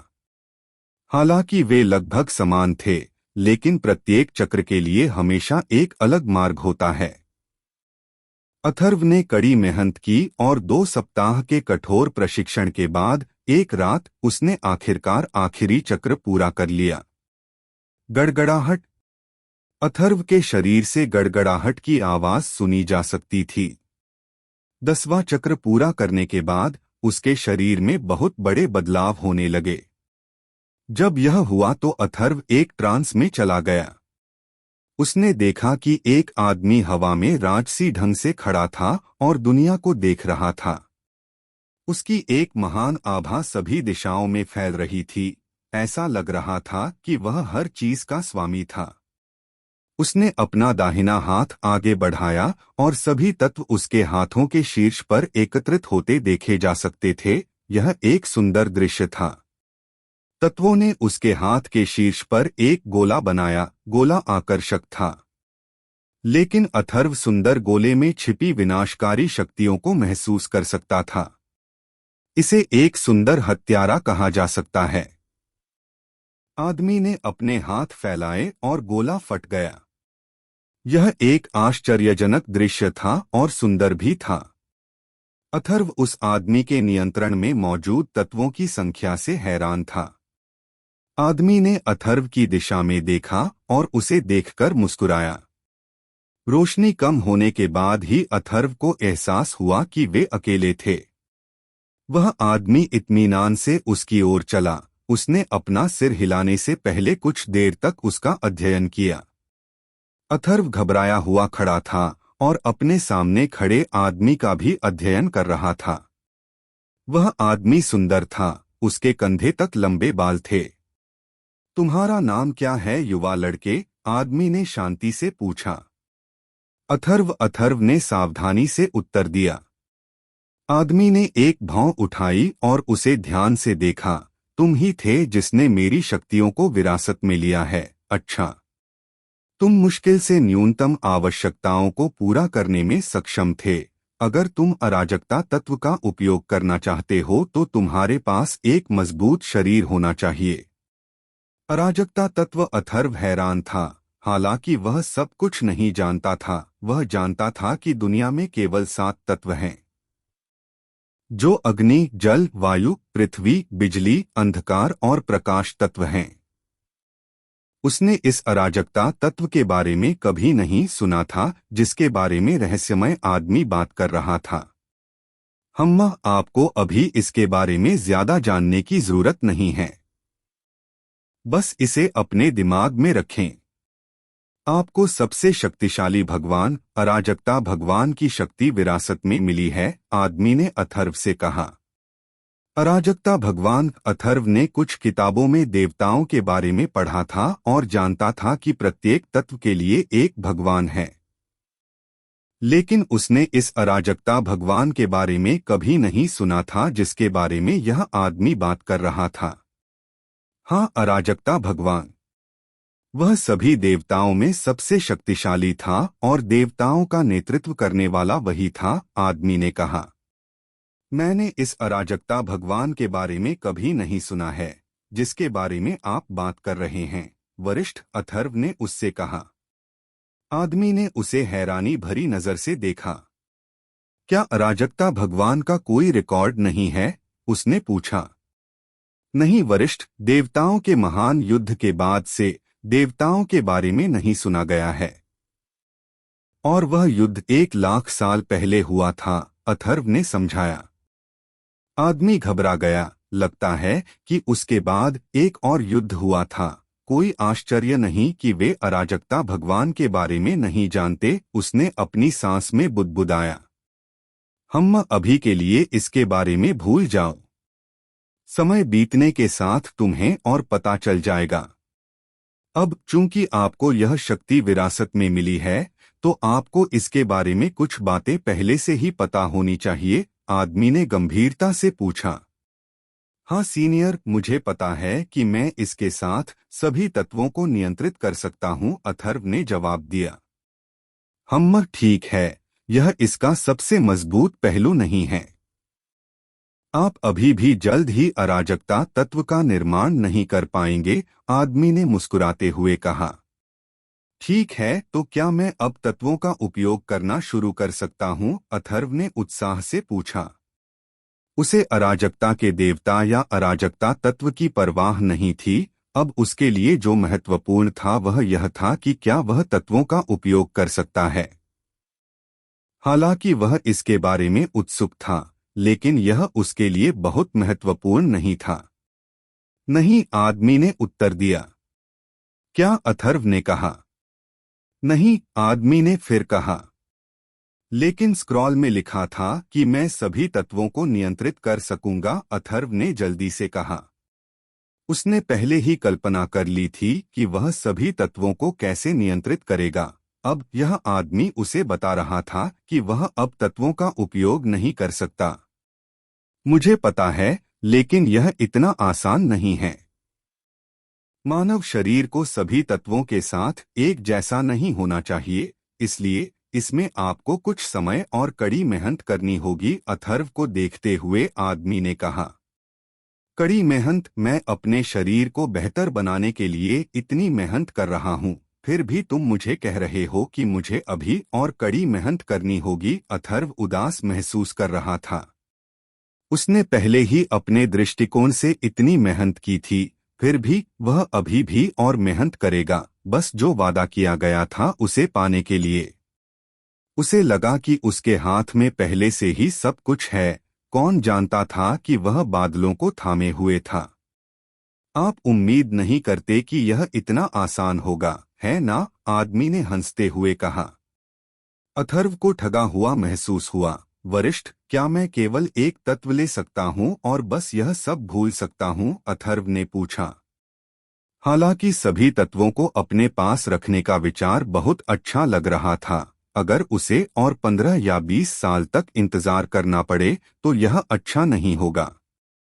अगर उसे एक तत्व मिल जाए तो वह संतुष्ट हो जाएगा। ठीक है, वह बहुत लालची नहीं था, लेकिन उसे लगता है कि अगर उसे इतने लंबे समय तक इंतजार करना पड़ा तो सभी तत्वों को प्राप्त करना उचित नहीं होगा। क्या होगा अगर वह मर गया क्योंकि वह किसी भी तत्व को नियंत्रित नहीं कर सका? आदमी ने अथर्व को देखा, अवाक। आप कम से कैसे संतुष्ट हो सकते हैं? वह पूछे बिना नहीं रह सका। मैं कम से संतुष्ट नहीं हो रहा हूँ, मैं बस अपने दृष्टिकोण से अधिक उचित काम कर रहा हूँ। मैं पहले से ही साधना के मामले में अपने साथियों से पीछे हूँ, इसलिए अगर मुझे अधिक समय लगता है तो मैं बाकी को छोड़ सकता हूँ और एक ले सकता हूँ, अथर्व ने तर्क दिया। आदमी ने असहाय रूप से आहें भरने से पहले कुछ देर तक अथर्व को देखा। ओह, तो मुझे बस तत्वों को समझना है? अथर्व ने उत्साहित भाव से पूछा। तुमने मुझे डराने के बजाय यह पहले क्यों नहीं कहा? अथर्व ने सोचा। ऐसा मत सोचो कि यह आसान होगा। तत्वों को समझना और किसी दिए गए तत्व के साथ पैदा होना दो अलग अलग बातें हैं। समझना कठिन है और तत्व में आपकी प्रतिभा आपकी समझ के साथ मेल खाएगी। यदि तत्व के लिए आपकी समझ कम है तो आपकी प्रतिभा और उस पर नियंत्रण भी कम होगा, उसने धैर्यपूर्वक अथर्व को समझाया। यह इतना कठिन नहीं होना चाहिए। मैं इस जगह में कैसे पहुंच सकता हूं? अथर्व ने महत्वपूर्ण प्रश्न पूछने से पहले भोलेपन से कहा। उसके लिए उसे नहीं लगता था कि तत्वों को समझना उसके लिए कठिन होगा। उसे इस बात की चिंता थी कि यहाँ कैसे पहुँचे। उस आदमी ने उसकी ओर देखा और कोई जवाब नहीं दिया। वह जानता था कि किसी तत्व को समझना कितना कठिन है और साथ ही वह अथर्व को डराना नहीं चाहता था, इसलिए उसने उसे जाने दिया। बस इच्छा करो और तुम कभी भी यहाँ आ सकते हो, आदमी ने कहा।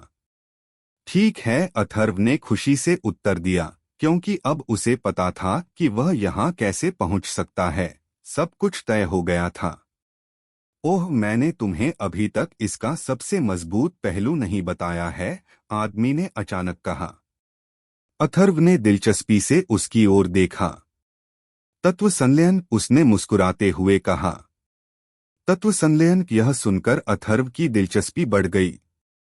आदमी जानता था कि उसे ग्रे को यह समझाना होगा, इसलिए उसने धैर्यपूर्वक उसे समझाया। हाँ, तत्व संलयन, जैसा कि नाम से ही पता चलता है, यह शक्ति आपको तत्वों को मिलाने की क्षमता देती है। सभी तत्वों को मिलाने में सक्षम होने के बाद आप अराजकता तत्व बनाने में सक्षम होंगे, जो सभी तत्वों का संयोजन है और सबसे मजबूत तत्व भी है। अथर्व ने जब यह सुना तो चौंक गया, इसलिए अराजकता तत्व सभी तत्वों का एक संयोजन है। क्या मैंने तुम्हें पहले ऐसा करते देखा था? अथर्व ने पूछा। उसे याद आया कि उसने आदमी को अपने फैले हुए हाथ के शीर्ष पर एक गोला बनाते हुए देखा था। यह जितना सुंदर था उतना ही खतरनाक भी था। हाँ, तुमने मुझे जो बनाते हुए देखा वह अराजकता तत्व था। आदमी ने उससे कुछ भी नहीं छिपाया और उसे इसके बारे में और बताया। इतना शक्तिशाली तत्व कैसे हो सकता है? इसके अलावा तत्वों को एक साथ जोड़ा जा सकता है। अथर्व जो सुन रहा था उससे चकित था और उत्साहित भी था। इसका मतलब यह नहीं है कि उसके पास ऐसी अद्भुत क्षमता होगी। न केवल वह सभी तत्वों का उपयोग करने में सक्षम होगा, बल्कि वह उन्हें जोड़ने में भी सक्षम होगा। और एक बार फिर अथर्व ने खुद को कल्पना करना शुरू कर दिया जब वह अराजकता तत्व का उपयोग कर रहा था और पागलों की तरह हंसने से खुद को रोक नहीं सका। आदमी ने उसे देखा और आहें भरने से खुद को रोक नहीं सका। किस तरह के आदमी को यह शक्ति विरासत में मिली है? उसे दुनिया पर दया आने लगी क्योंकि एक अतिशक्तिशाली मूर्ख जल्द ही छूट जाएगा। उसने सभी के लिए एक पल का मौन रखा। वह जानता था कि अथर्व एक दृढ़ निश्चयी व्यक्ति था क्योंकि वह बताई गई आवश्यकताओं को पूरा करने के लिए खुद को प्रशिक्षित करने में सक्षम था। अगर उसे पता होता कि अथर्व ने जानबूझकर ऐसा नहीं किया है तो वह निराश हो जाता। क्या बकवास किस्मत है! अथर्व मूर्खतापूर्ण तरीके से मुस्कुराता रहा। आदमी बस उसे देखता रहा, शब्द खो गया।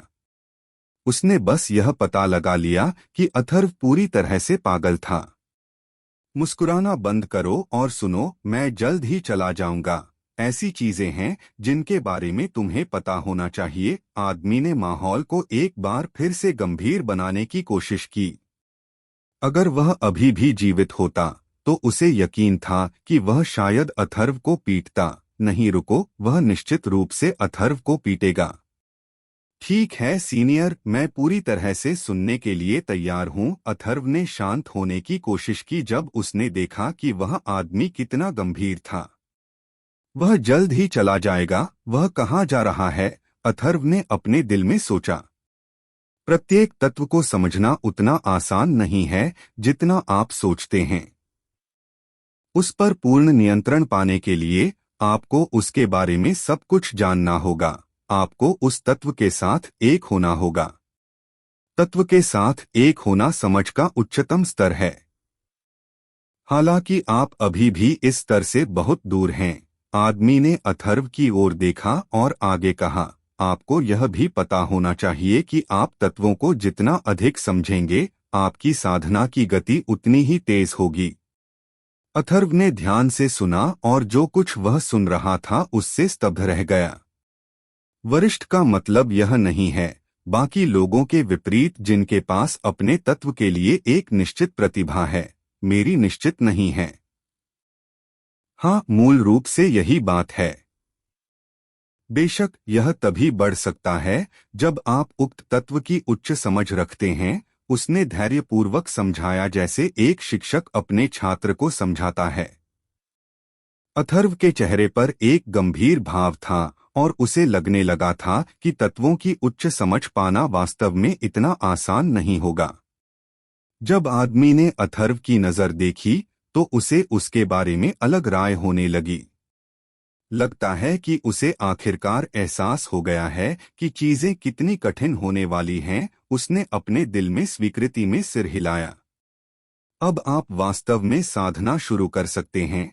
आप मूल रूप से एक तत्व के साथ आत्मीयता के साथ पैदा हुए थे, आदमी ने कहा।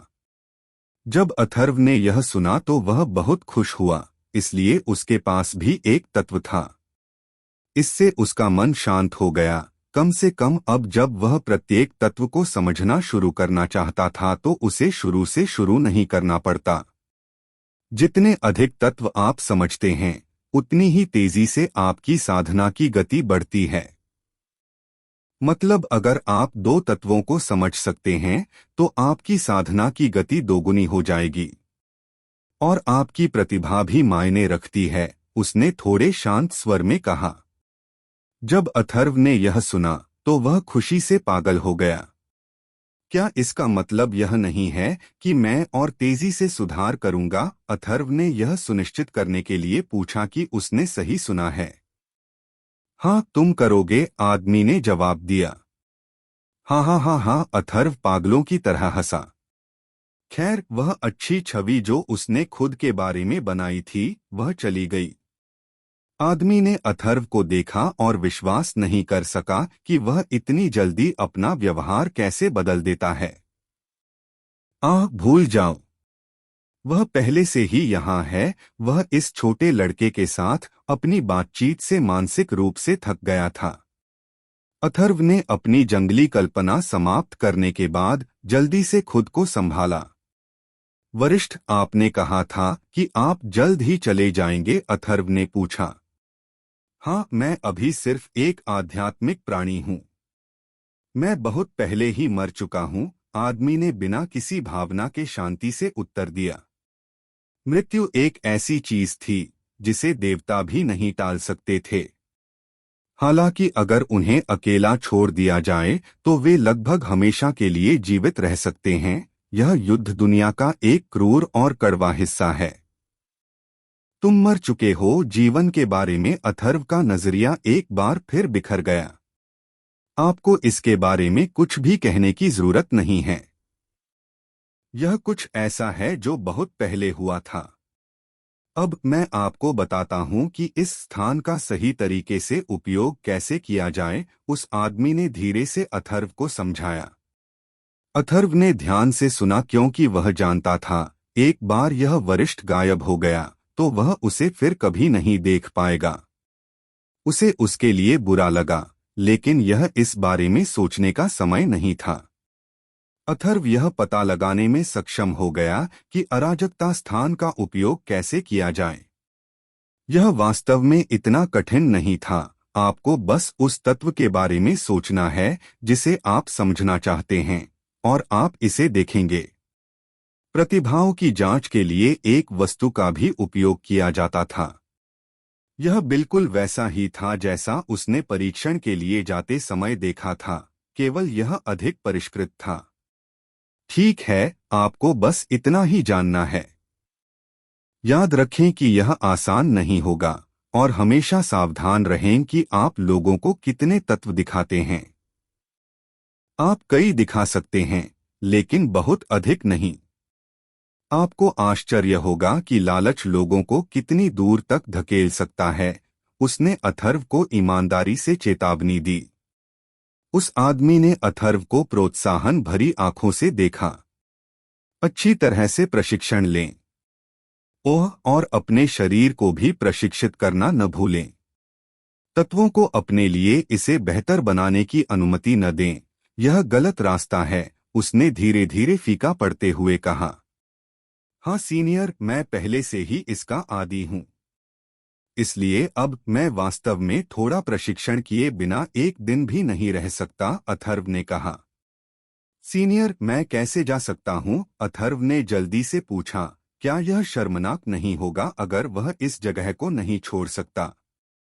बस इच्छा करो और तुम जा सकते हो, उसने मुस्कुराते हुए अपना सिर हिलाते हुए कहा।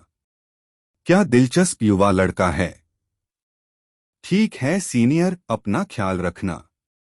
Oh sorry, my bad. Atharva उसे शुभकामना देना चाहता था, इससे पहले कि उसे याद आए कि वह पहले ही मर चुका है। उसे अलविदा कहते समय अथर्व के चेहरे पर शर्मिंदगी भरी मुस्कान थी। यह देखकर वह आदमी हंस पड़ा। पूरी तरह से गायब होने से पहले अथर्व ने उस जगह को देखा जहां वह आदमी उदासी के भाव के साथ गायब हो गया था। वह कुछ समय के लिए अंतरिक्ष में रहा और फिर वहां से निकलकर वास्तविक दुनिया में लौट आया। जब वह वापस लौटा तो उसने शांति से चारों ओर देखा। उसे पता था कि इस दिन से उसका जीवन पूरी तरह से बदल जाएगा। रुको, मुझे यह देखने दो कि मैं किस तत्व के साथ स्वाभाविक रूप से जुड़ा हुआ हूँ। उसे अचानक याद आया और वह अंतरिक्ष में वापस चला गया। अथर्व घबराए हुए पत्थर के सामने खड़ा था। उसने 3 साल तक इंतजार किया था। उसने इस दिन के लिए अनगिनत अपमान सहे थे। उम्मीद भरे दिल से उसने अपना हाथ पत्थर पर रखा। जैसा कि उसने पिछली बार अनुभव किया था, उसने पत्थर से अपने शरीर में एक अज्ञात ऊर्जा को प्रवेश करते हुए महसूस किया। उसके शरीर के चारों ओर घूमने के बाद वह वापस पत्थर में चली गई। अथर्व ने धैर्यपूर्वक इसके लिए इंतजार किया। परिणाम पढ़े।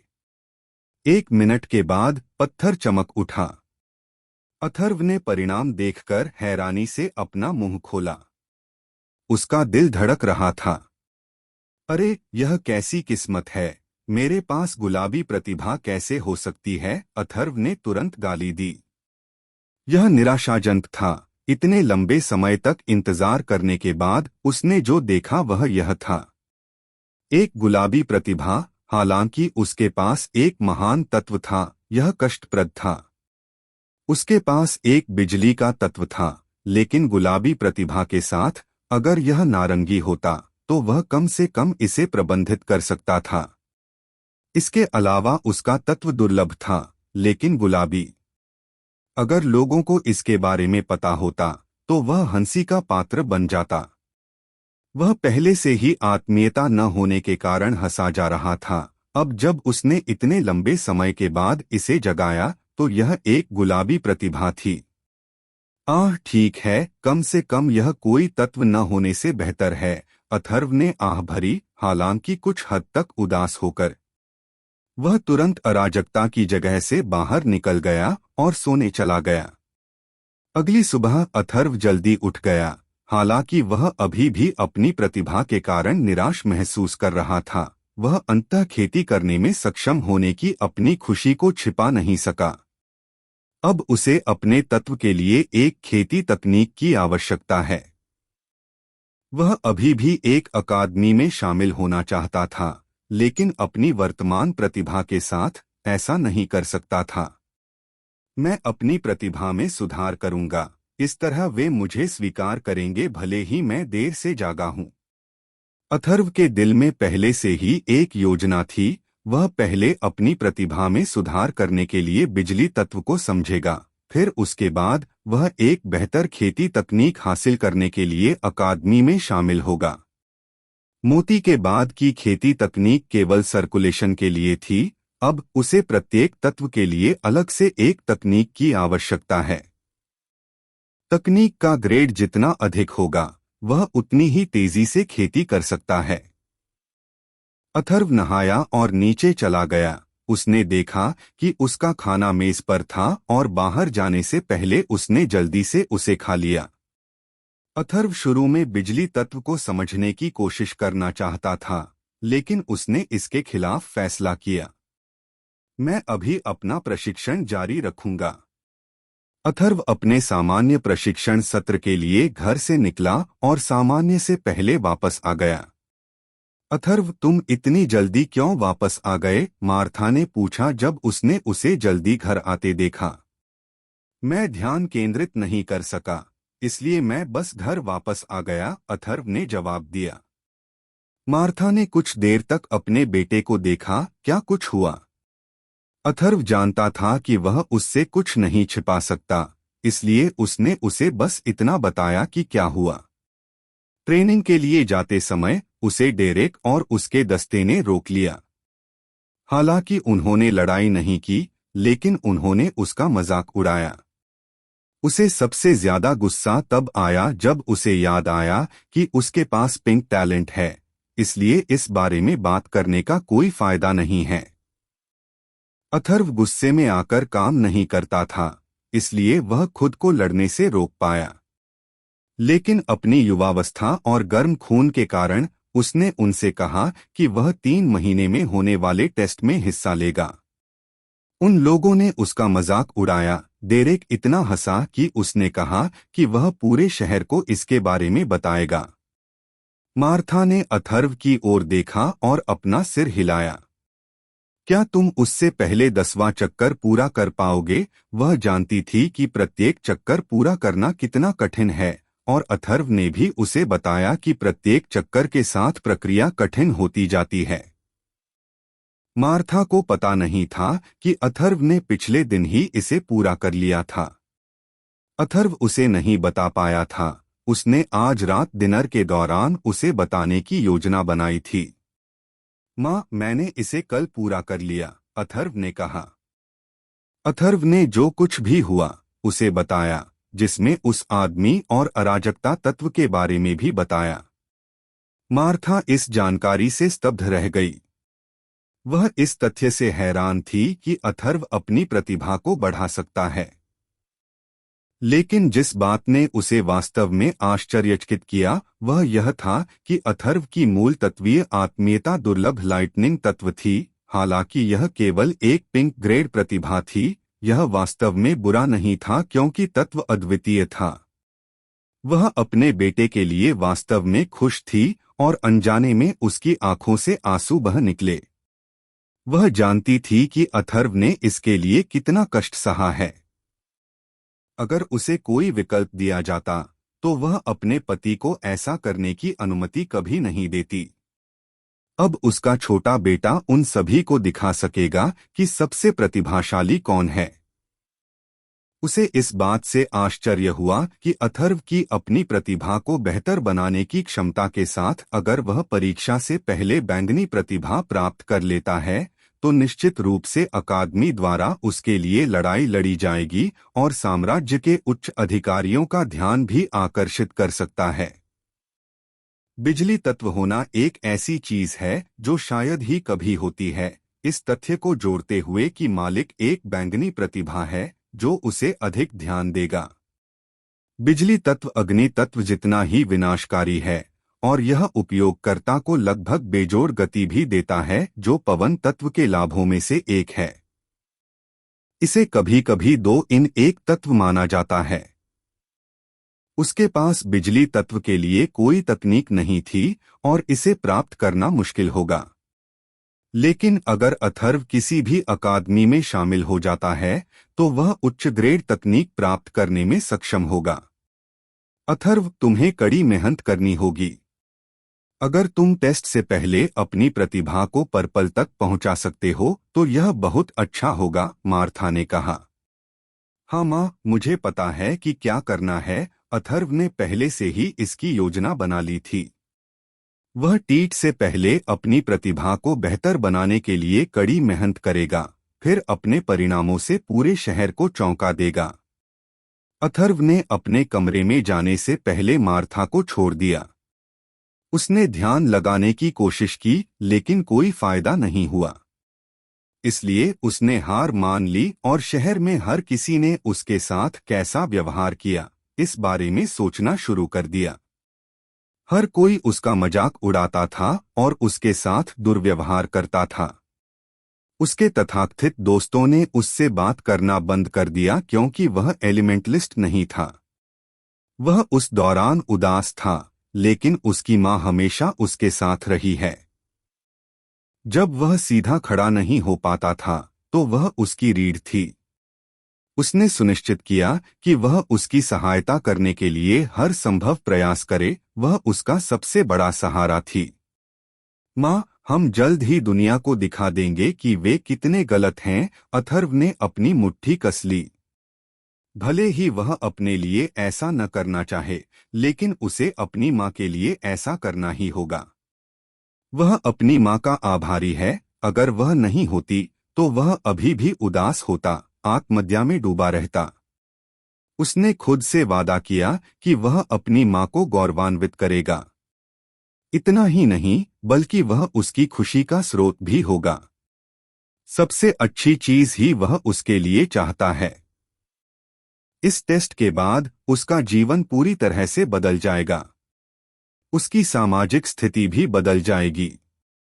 उसने कल्पना की कि जब वह टेस्ट करवाएगा तो सभी के चेहरे पर आश्चर्य की लकीरें उभर आएंगी। वे कैसे प्रतिक्रिया देंगे, मैं यह जानने के लिए इंतजार नहीं कर सकता। अथर्व ने खुद पर मुस्कुराया। वह अपना सब कुछ देने जा रहा था। अथर्व के परीक्षा देने की खबर पूरे शहर में तेजी से फैल गई। अथर्व शहर में काफी मशहूर था क्योंकि वह एलिमेंटलिस्ट नहीं था। उन्हें वास्तव में उम्मीद नहीं थी कि अथर्व अभी भी अपने तत्व को जगाने में आशावान होगा। यह पहले से ही बहुत समय हो चुका है, फिर भी उसे लगता है कि वह इसे जगा सकता है। कुछ लोग इसके बारे में निराशावादी थे और उन्हें लगा कि अथर्व बस खुद को मूर्ख बनाना चाहता था। दूसरों को लगा कि उसके जागने की अच्छी संभावना हो सकती है। वे सभी अगले टेस्ट के होने का इंतजार नहीं कर सकते थे। उस दिन क्या होगा यह अज्ञात था, लेकिन उन्हें पता था कि उस दिन निश्चित रूप से एक दृश्य होने वाला है और वे सभी इसका बेसब्री से इंतजार कर रहे थे। लोग ऊब से नफरत करते हैं, इसलिए जब उन्हें पता चलता है कि कुछ होने वाला है तो वे उत्साहित होने से खुद को रोक नहीं पाते। उन्हें परवाह नहीं है कि यह दूसरों का दुर्भाग्य है। जब तक कि यह उन्हें प्रभावित नहीं करता, वे इसके साथ ठीक हैं। जोनास के प्रसिद्ध होने और अथर्व के 3 साल पहले टेस्ट के दौरान गिरने के बाद से शहर में कोई बड़ी घटना नहीं हुई है। हालांकि अथर्व का दोबारा टेस्ट देना कोई बड़ी बात नहीं थी, लेकिन कम से कम इससे उन्हें कुछ समय के लिए बात करने का मौका तो मिलेगा, चाहे नतीजा कुछ भी हो। अथर्व ने एक बार फिर से अपनी कड़ी ट्रेनिंग शुरू की, लेकिन इस बार उसका पूरा ध्यान लाइटनिंग तत्व को समझने की कोशिश पर था। शुरू करने से पहले उसे पता था कि यह कठिन होगा।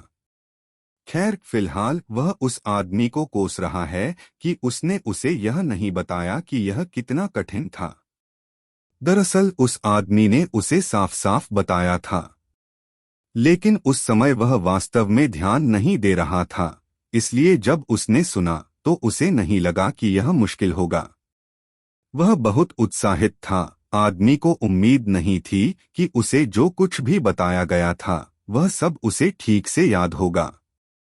अरे, यह असंभव है। मैं इतने लंबे समय से इसका अध्ययन कर रहा हूँ, लेकिन अभी तक कोई परिणाम नहीं मिला है। अथर्व निराश महसूस कर रहा था। कौन जानता था कि समझना इतना कठिन होगा। इससे भी बुरी बात यह थी कि यह वह तत्व था जिसके साथ वह जुड़ा हुआ था। फिर अन्य तत्व कितने कठिन होंगे। खैर, वह वास्तव में जल्दी से पता लगाना नहीं चाहता था। पिछले 3 दिनों से अथर्व बिजली तत्व को समझने की कोशिश करने के लिए अराजकता स्थान पर आ रहा था, लेकिन कोई प्रगति नहीं हुई थी। उसने इसे इतना घूरा था कि जब वह अपनी आंखें बंद करता है तब भी उसे केवल बिजली दिखाई देती है। अथर्व अराजकता स्थान से चला गया और अपने दिमाग को शांत करने की कोशिश की। वह धीरे धीरे बिजली के बारे में सोचने लगा और यह कैसे होती है। 1 घंटे के बाद उसे कुछ भी समझ में नहीं आया। क्या मुझे फिर से सबके सामने खुद को बेइज्जत करना पड़ेगा? भले ही उसने एक तत्व को जगाया था, लेकिन वह पहले से ही साधना के सही समय से आगे निकल रहा था। एकमात्र चीज जो शायद उसकी मदद कर सकती है वह उसका दुर्लभ तत्व होगा, लेकिन वह ऐसा नहीं चाहता। वह एक अच्छी स्थिति, अच्छी प्रतिभा और गर्व के साथ अकादमी में प्रवेश करना चाहता है। छात्रों को कैसा लगेगा अगर कोई ऐसा व्यक्ति जिसे देर से खिलने वाला कहा जा सकता है, उसके पास अभी भी इतनी कम प्रतिभा है, वह फिर से हंसी का पात्र बन जाएगा। अथर्व ने खुद को शांत किया। उसके पास अभी भी समय था।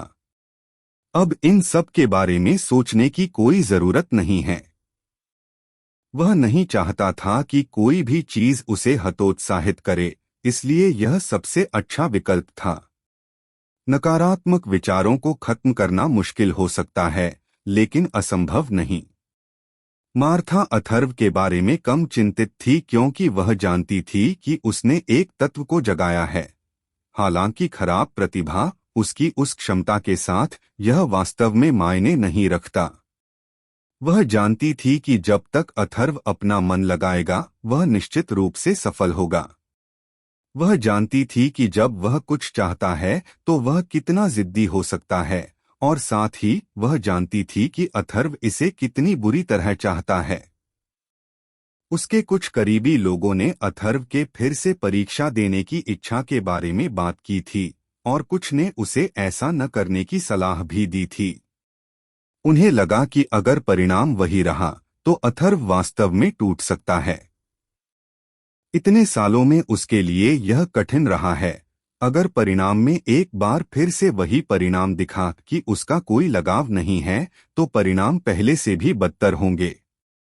उसने उन सभी को बताया कि यह उसका निर्णय नहीं था और अथर्व अब बच्चा नहीं रहा। वह अब अपने लिए कुछ निर्णय ले सकता है, क्योंकि उसने कहा कि वह फिर से परीक्षा देना चाहता है। उसके पास निश्चित रूप से अपने कारण हैं। और उसने मुझे आश्वासन दिया था कि परिणाम चाहे जो भी हो, इसका उस पर ज्यादा असर नहीं होगा। उन्होंने उसे देखा और महसूस किया कि वह अपने बच्चे की तरह ही जल्दबाजी में थी। कुछ लोग तो गुस्से में यह सोचकर चले गए कि वह सुनना नहीं चाहती कि वे क्या कहना चाहते हैं। मार्था ने उन्हें रोकने की कोशिश नहीं की। वह जानती थी कि वे उसके हित में सोच रहे हैं, लेकिन समय आने पर वे निश्चित रूप से समझ जाएंगे। उसने देखा कि अथर्व तत्व को समझने की कितनी कोशिश कर रहा था ताकि वह अपनी प्रतिभा को बढ़ा सके। सब कुछ के बावजूद वह यह देखकर बहुत खुश थी कि अथर्व कितना मेहनती था। रात के खाने पर अथर्व ने उसे बताया कि उसके लिए तत्व को समझना कितना मुश्किल था।